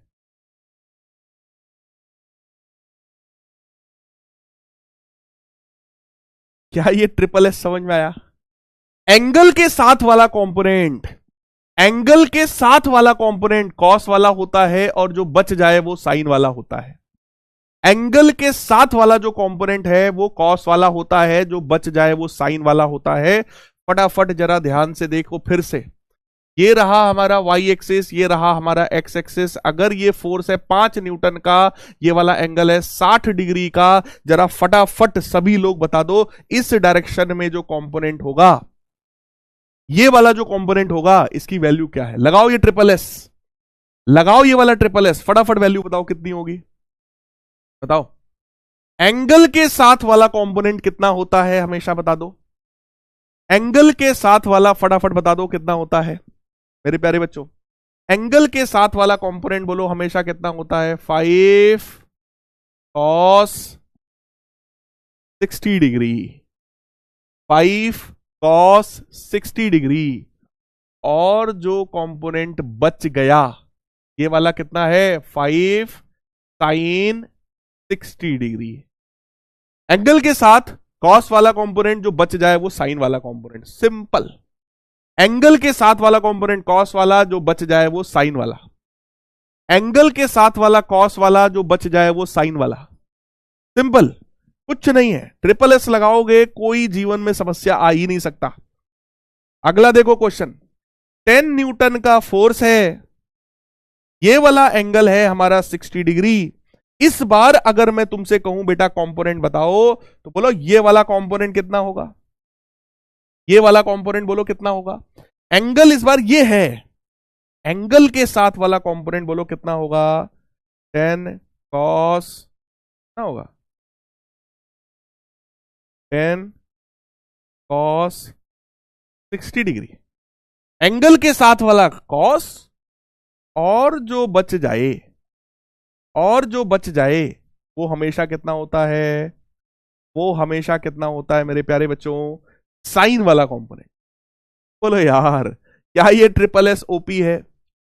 ये इस ट्रिपल एस ने देखो तुम्हारी कितनी समस्याओं को सॉल्व कर दिया। अदरवाइज तुम्हें ट्रायंगल लगाना पड़ता, फिर तुम कॉस थीटा लगाते, फिर तुम साइन थीटा लगाते, फिर तुम वैल्यूज बता पाते। ये ट्रिपल एस तुम्हें सीधे तुम्हारे आंसर की तरफ ले जाएगा। अगर ये फोर्स है, ठीक, ये उसका एंगल है, एंगल के साथ वाला कंपोनेंट हमेशा कॉस वाला और जो बच जाएगा वो हमेशा साइन वाला। क्या ये ट्रिपल एस ओपी है, बोलो क्या ये ट्रिपल एस ओपी है। कितने बच्चों को ये ट्रिपल एस एकदम चकाचक समझ में आ गया है, फटाफट बताओ। कितने बच्चों को ये ट्रिपल एस एकदम बिंदास क्लियर है, फटाफट बता दो। एंगल के साथ वाला कंपोनेंट कॉस वाला, जो बच जाए वो साइन वाला। बोलो कितने बच्चों को ये बात एकदम चकाचक क्लियर है। अब इस बार मामला क्या है, ये बॉडी था या अभी तक फोर्स ऐसा था, इस बार फोर्स ऐसा है, ये फोर्स है बेटा, और ये जो फोर्स है ये एक्स डायरेक्शन के साथ किसी एंगल पर लग रहा है। वो एंगल कितना है, थीटा। एंगल कितना है, थीटा। इस बार थीटा एंगल पर है, लेकिन बॉडी ने जो डिस्प्लेसमेंट ट्रेवल किया वो इसी एक्स डायरेक्शन में ही किया है। डिस्प्लेसमेंट डी के ही बराबर है। अब जरा सोचो क्या करना पड़ेगा। पिछली बार अभी तक क्या होता था, देखो अभी तक फोर्स इसी डायरेक्शन में था, जिस डायरेक्शन में डिस्प्लेसमेंट उसी डायरेक्शन में फोर्स था, तो हमने फोर्स और डिस्प्लेसमेंट का प्रोडक्ट कर दिया, यही वर्क होता है। इस बार जो फोर्स है वो किसी थीटा एंगल पर इंक्लाइंड है। इस बार जो फोर्स है वो थीटा एंगल पर इंक्लाइंड है मेरे प्यारे बच्चों। अब हमें क्या करना पड़ेगा, हमें इस फोर्स का क्या करना पड़ेगा, कंपोनेंट। 93% बच्चों को ऑलमोस्ट समझ में आई। फिर से देखो बाकी जो 6-7% बच्चे हैं उनको भी समझ में आएगा। सुनो मेरी बात, अगर फोर्स इधर की तरफ है तुम क्या करोगे, इस फोर्स का कंपोनेंट करोगे। बोलो इस डायरेक्शन में जो कंपोनेंट है वो एफ कॉस थीटा है या एफ साइन थीटा है या एफ टैन थीटा है, बोलो ए बी सी, फटाफट आंसर करो। चलो इस डायरेक्शन का कंपोनेंट, ये जो कंपोनेंट है इस डायरेक्शन में, ये कंपोनेंट कितना होगा, एफ कॉस थीटा होगा, एफ साइन थीटा होगा या एफ टैन थीटा होगा, फटाफट बता दो, फटाफट बता दो, फटाफट बता दो। F cos theta, F sine theta या एफ टैन थीटा। सिंपल, ये ट्रिपल एस लगाना भाई, ट्रिपल एस लगाना है, जीवन को सफल बनाना है।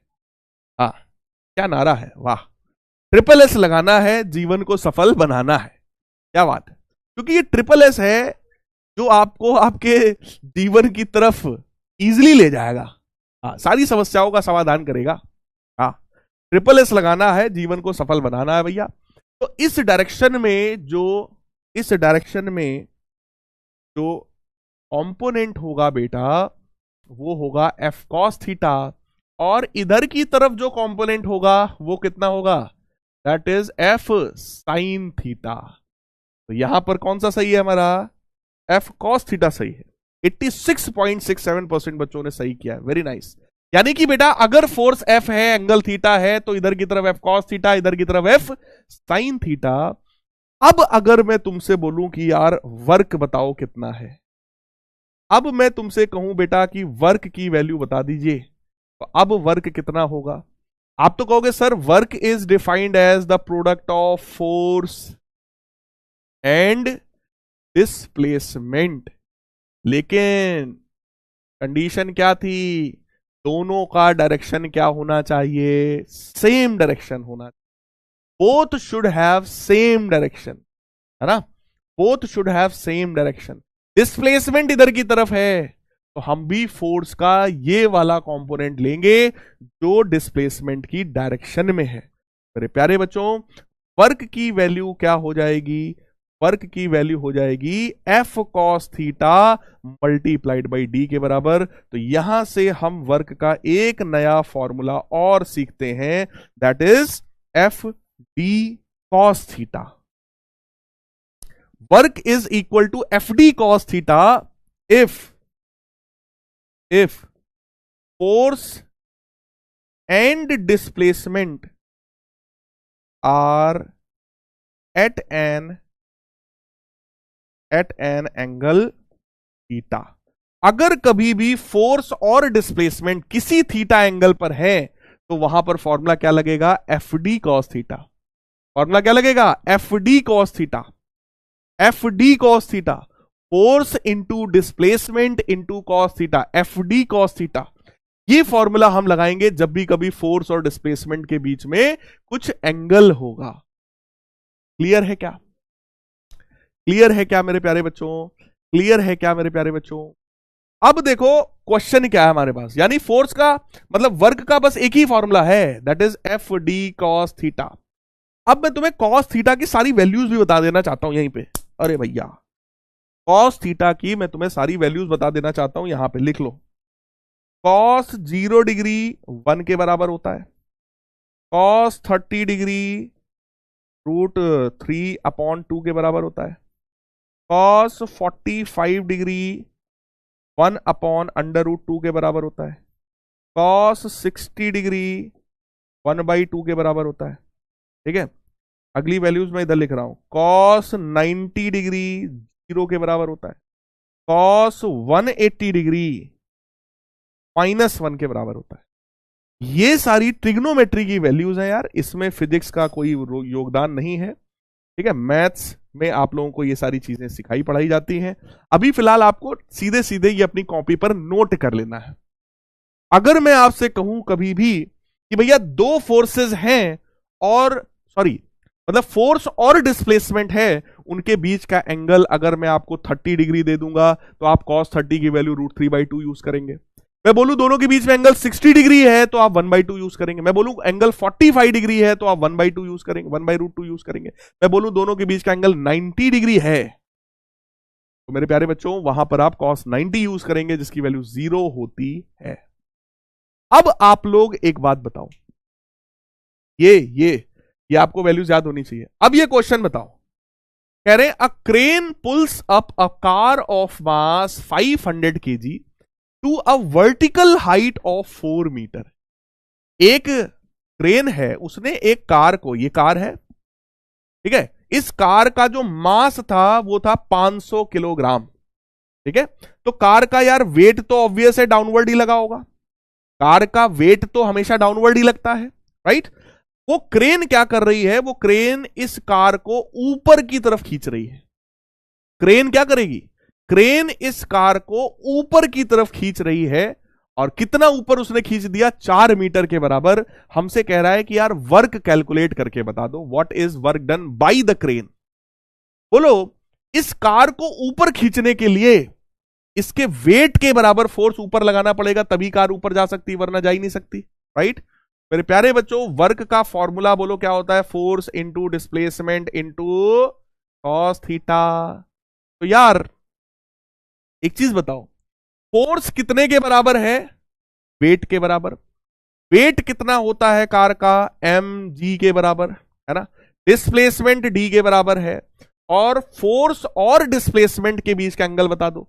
फोर्स ऊपर की तरफ लगा रहे हैं, कार को ले भी ऊपर जा रहे हैं, तो इन दोनों के बीच का एंगल कितना होगा बेटा? फोर्स भी इधर ही की तरफ है, डिस्प्लेसमेंट भी ऊपर की तरफ है, दोनों के बीच का एंगल कितना होगा? फटाफट बता दो सब लोग। क्या दोनों के बीच का एंगल 0 डिग्री के बराबर होगा? cos 0 की वैल्यू 1 के बराबर होती है।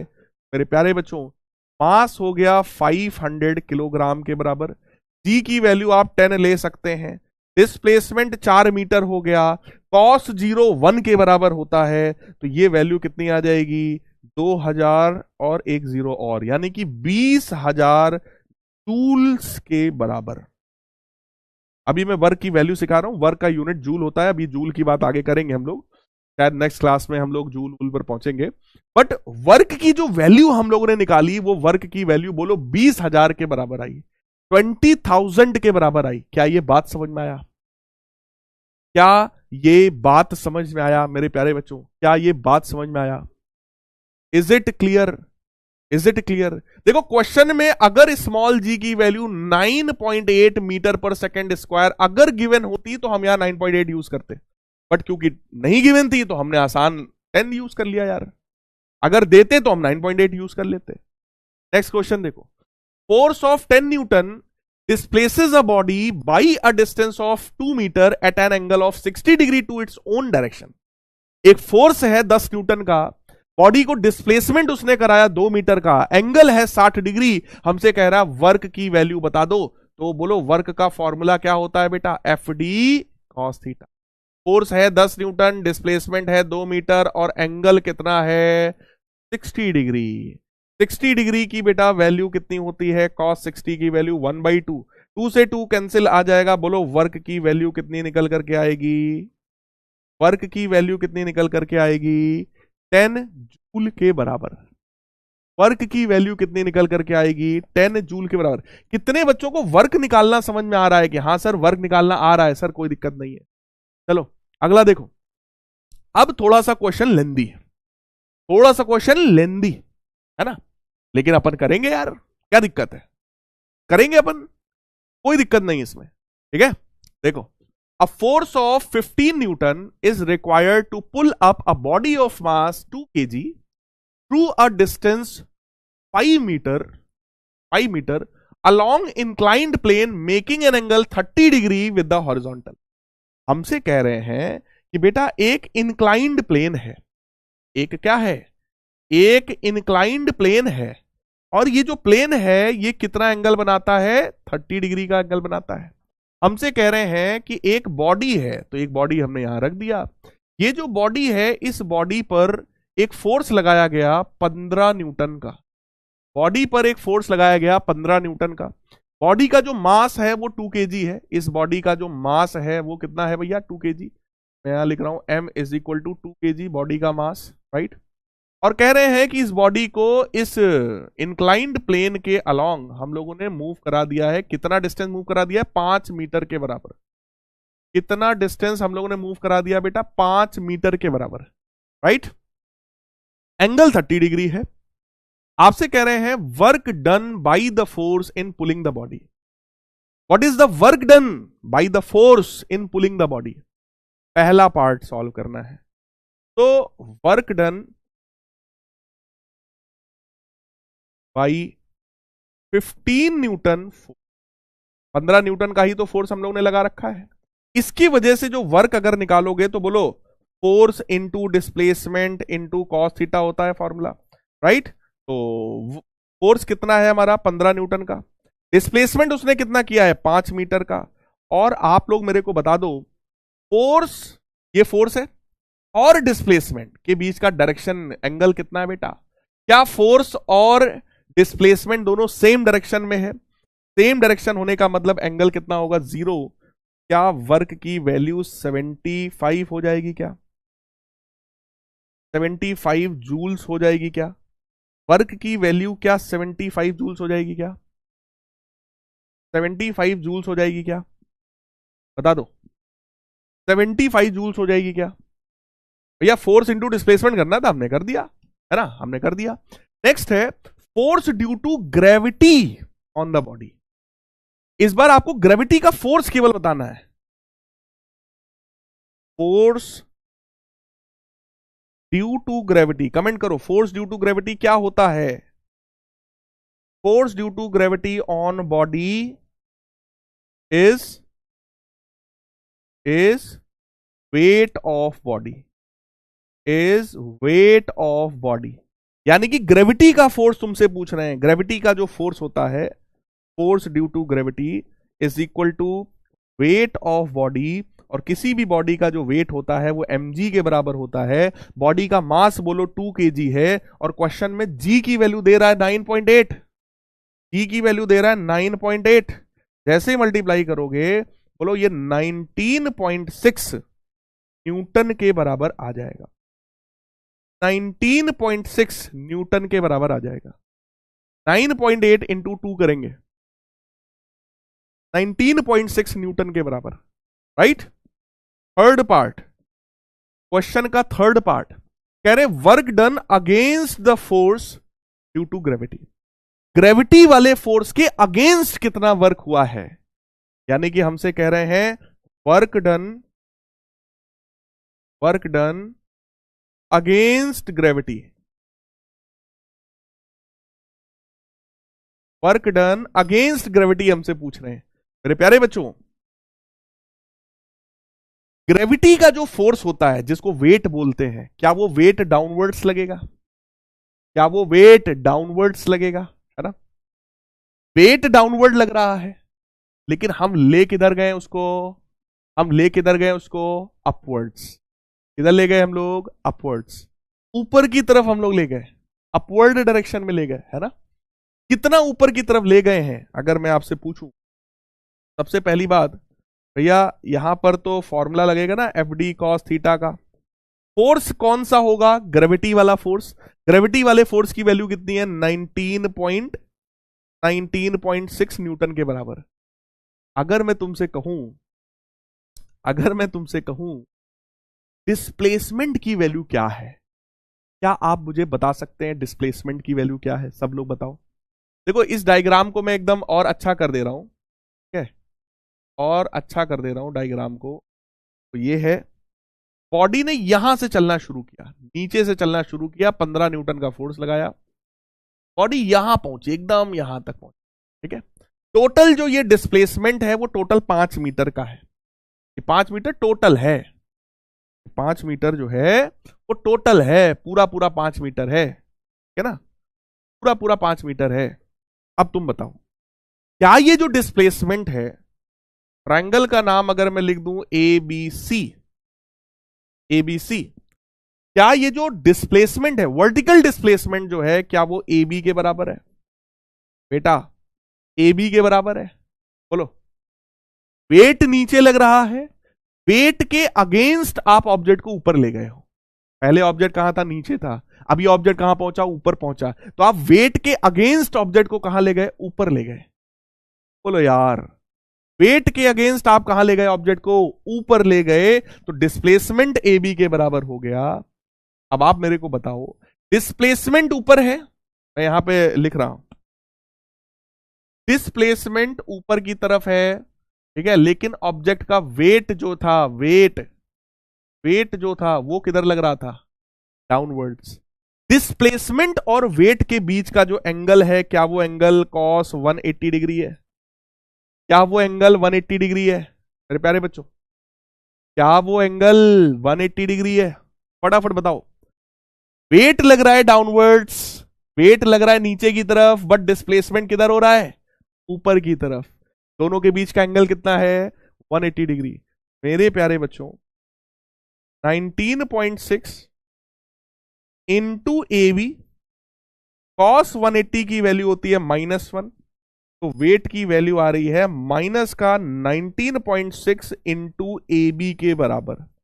अब सारा खेल यह है कि अगर AB की वैल्यू मिल जाए तो काम चल जाएगा, AB की वैल्यू मिल जाए तो काम चल जाएगा। क्या आप लोग मेरे को AB की वैल्यू बता सकते हैं? अगर ये 5 मीटर है, ये एंगल 30 डिग्री है, क्या ये वाला डिस्टेंस 5 cos 30 डिग्री होगा? क्या ये वाला डिस्टेंस 5 cos 60 डिग्री होगा?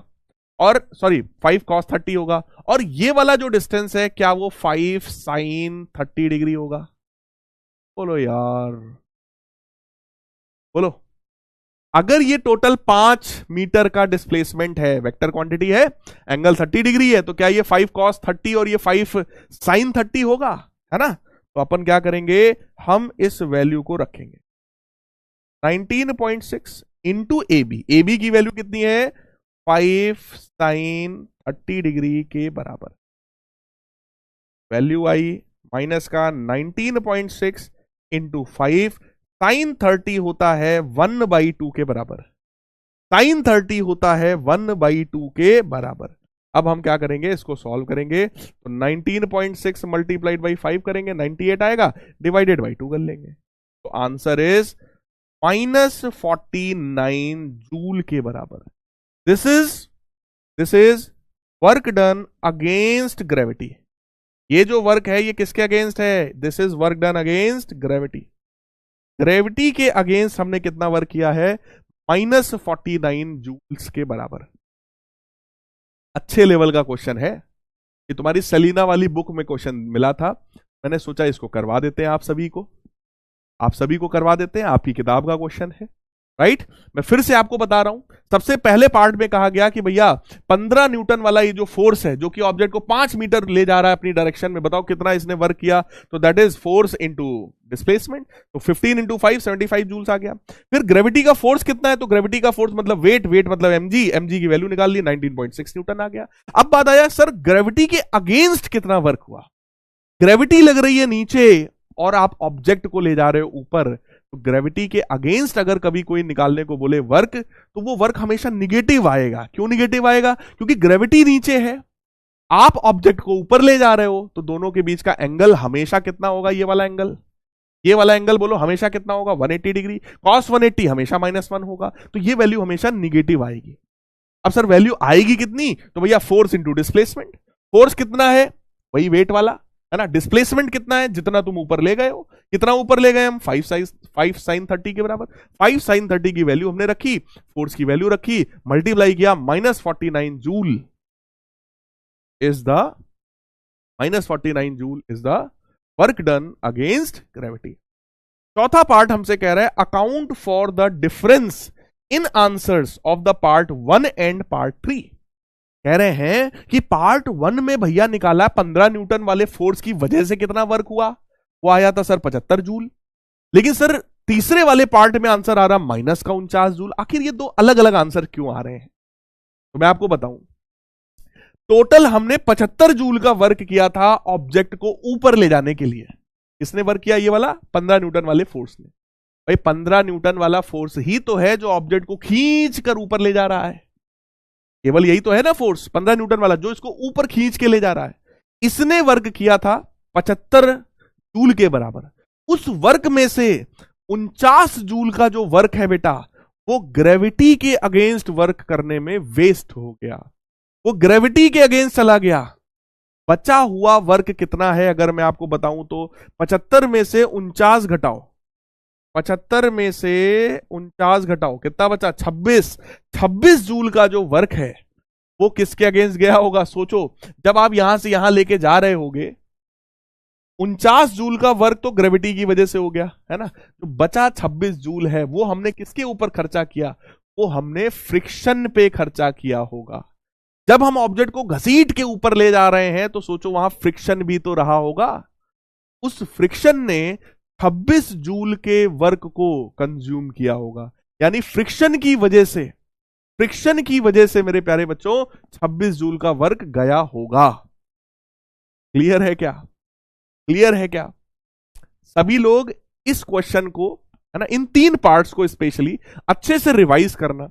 नहीं आएगा अगर तो इस वीडियो को फिर से ओपन करना और जो मैंने समझाया फिर से जरा सुनना। फिर भी नहीं आएगा तो बताना, अगली क्लास में मैं फिर से बताऊंगा, कोई दिक्कत समस्या वाली बात नहीं है। मुझे पता है this is one of the important questions, this is one of the you can say tough questions also, right. लेकिन अब यार टफ है तो है, सिलेबस में है तो है। इन सिचुएशन चलो इसकी बात करेंगे बाद में हम, है ना।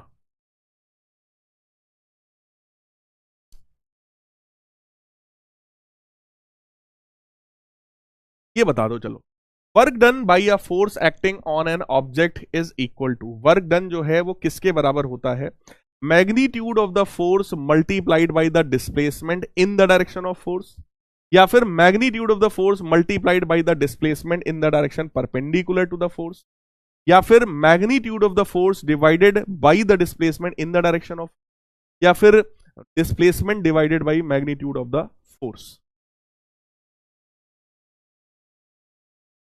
4 ऑप्शंस हैं आपके पास, बताओ। बस बस एंड कर रहे हैं यार, एंड कर रहे हैं, काहे टेंशन लेते हो, 2-4-10 मिनट आगे पीछे हो जाता है, तुम लोग टेंशन लेने लगते हो। आरव बेटा साइन लेंगे, हम साइन लेंगे, अगली क्लास में और डिटेल में चीजें बताएंगे, क्योंकि जिस लेवल की चीजें तुम्हारे सिलेबस में है यार वो तो पढ़ाना ही पड़ेगा, है ना, उसकी बात हम आपसे जरूर करेंगे। फिलहाल हमसे कह रहे हैं कि भाई वर्क डन क्या होता है, तो वर्क होता है force into displacement in the direction of force, है ना, पहला वाला ऑप्शन ही हमारा सही है, magnitude of the force multiplied by the displacement in the direction of, force की डायरेक्शन में जो डिस्प्लेसमेंट है वो वाला हमें लेना चाहिए। सेकंड वाले ऑप्शन में क्या कह रहा है, magnitude of the force multiplied by displacement in direction perpendicular to force, perpendicular वाला हम क्यों लेंगे भाई, हमको तो फोर्स की डायरेक्शन वाला चाहिए, इसलिए बेटा हम ए वाले ऑप्शन को करेंगे। ये बता दो, वर्क हैज, चलो बताओ, work has neither magnitude nor direction, only direction no magnitude, only magnitude no direction, या फिर बोथ डायरेक्शन एंड मैग्नीट्यूड। और मैं बता दूं वर्क कैसी क्वांटिटी है, स्केलर क्वांटिटी। वर्क कैसी क्वांटिटी है मेरे प्यारे बच्चों, स्केलर क्वांटिटी है। अब तुम बताओ, अगर वर्क स्केलर क्वांटिटी है, अगर वर्क स्केलर क्वांटिटी है, आर्यन भाई को मजा आया, आर्यन कह रहे हैं सर उस लेवल के क्वेश्चंस खूब कराओ, कराएंगे यार, टेंशन ना लो, है ना। पर्णिका कह रहे हैं सर 2 घंटे की ही क्लास लो, यार मजा तो देखो 2 घंटे में ही आता है, लेकिन ठीक है 1 घंटे 45 मिनट कर देते हैं, कोई दिक्कत नहीं है।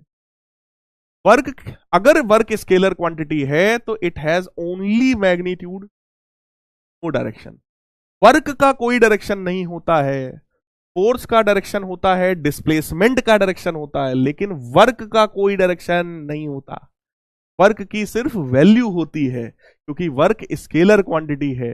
किसी भी स्केलर क्वांटिटी का मेरे प्यारे बच्चों सिर्फ और सिर्फ मैग्नीट्यूड होता है, कोई डायरेक्शन नहीं होता है, क्लियर, वर्क का कोई डायरेक्शन नहीं होता है ना।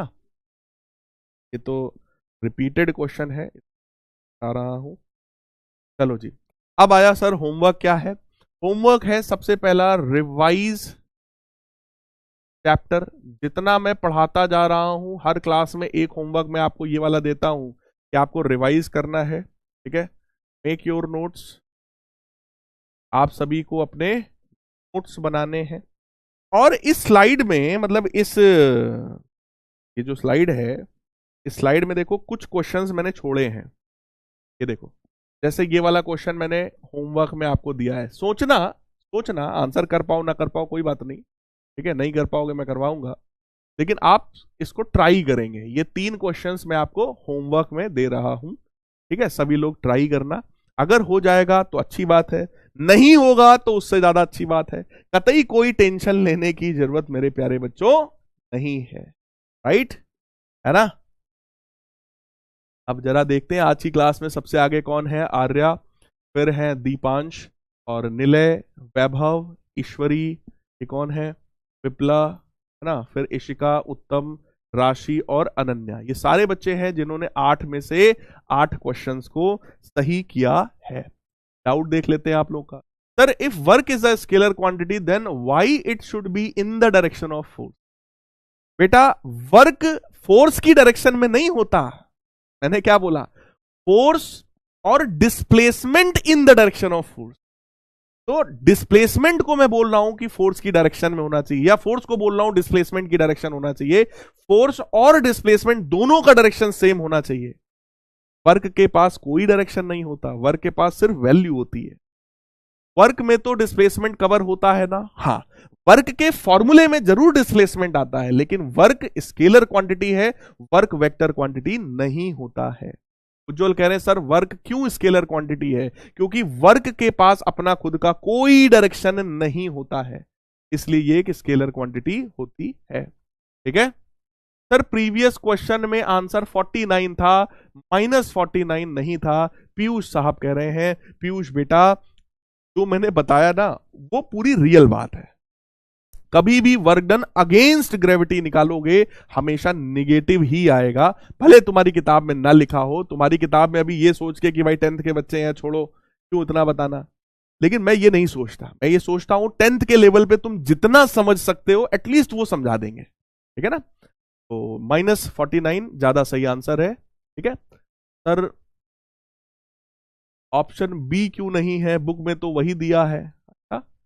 Magnitude of the force multiplied by displacement in direction perpendicular to force. नहीं नहीं, हो ही नहीं सकता, परपेंडिकुलर टू फोर्स हो ही नहीं सकता भाई साहब, फिर से चेक करो। Sir please take 1 more day for this topic. हाँ हाँ बिल्कुल भैया, अभी तो पार्टी शुरू हुई है, अभी तो वर्क का समझ लो। आज मैंने एक तुम्हें इंट्रोडक्शन दिया है, अगली क्लास में वर्क और डिटेल में अभी पढ़ाएंगे। वर्क में और कई चीजें मेरे को बताना है तुम्हें। ठीक है सर, बट सलीना वाली बुक में तो थर्ड पार्ट में -49 नहीं आ रहा है, तो भाई लिख लो नहीं आ रहा, तो मैं तो बता रहा हूं ना, जो बता रहा हूं वो सही है। ठीक है, वर्क डन अगेंस्ट ग्रेविटी हमेशा नेगेटिव होता है। ठीक है चलो, कह रहे हैं सर एक मोटिवेशन। अरे यार अभी तुम लोग नन्हे मुन्ने बच्चे हो, है अब काहे का मोटिवेशन? तो मेरे प्यारे लाल बाल गोपाल, ये थी हमारी आज की क्लास, है ना, डुग्गू लाल के बिना। अगली क्लास में हम लोग डुग्गू लाल और डुग्गी देवी दोनों की व्यवस्था करेंगे, दोनों लोगों को क्लास में प्रेजेंट करेंगे, है ना। आप सभी लोग से अलविदा कहना चाहूंगा, मिलेंगे हम लोग अपनी नेक्स्ट क्लास में। तब तक के लिए goodbye, take care, love you all, God bless. सभी लोग लेक्चर की रेटिंग करिएगा। रेटिंग इस बेसिस पर नहीं होती कि सर ने आज टफ पढ़ाया, रेटिंग इस बेसिस पर होती है क्या सर ने समझाने की कोशिश की। अगर कोई चीज टफ थी तो क्या सर ने उसमें सच में ज्यादा टाइम दिया, ज्यादा एफर्ट्स दिया। मतलब आपको टीचर के इंटेंशन को समझना है, टीचर अच्छा समझाना चाहता है कि नहीं समझाना चाहता है ना।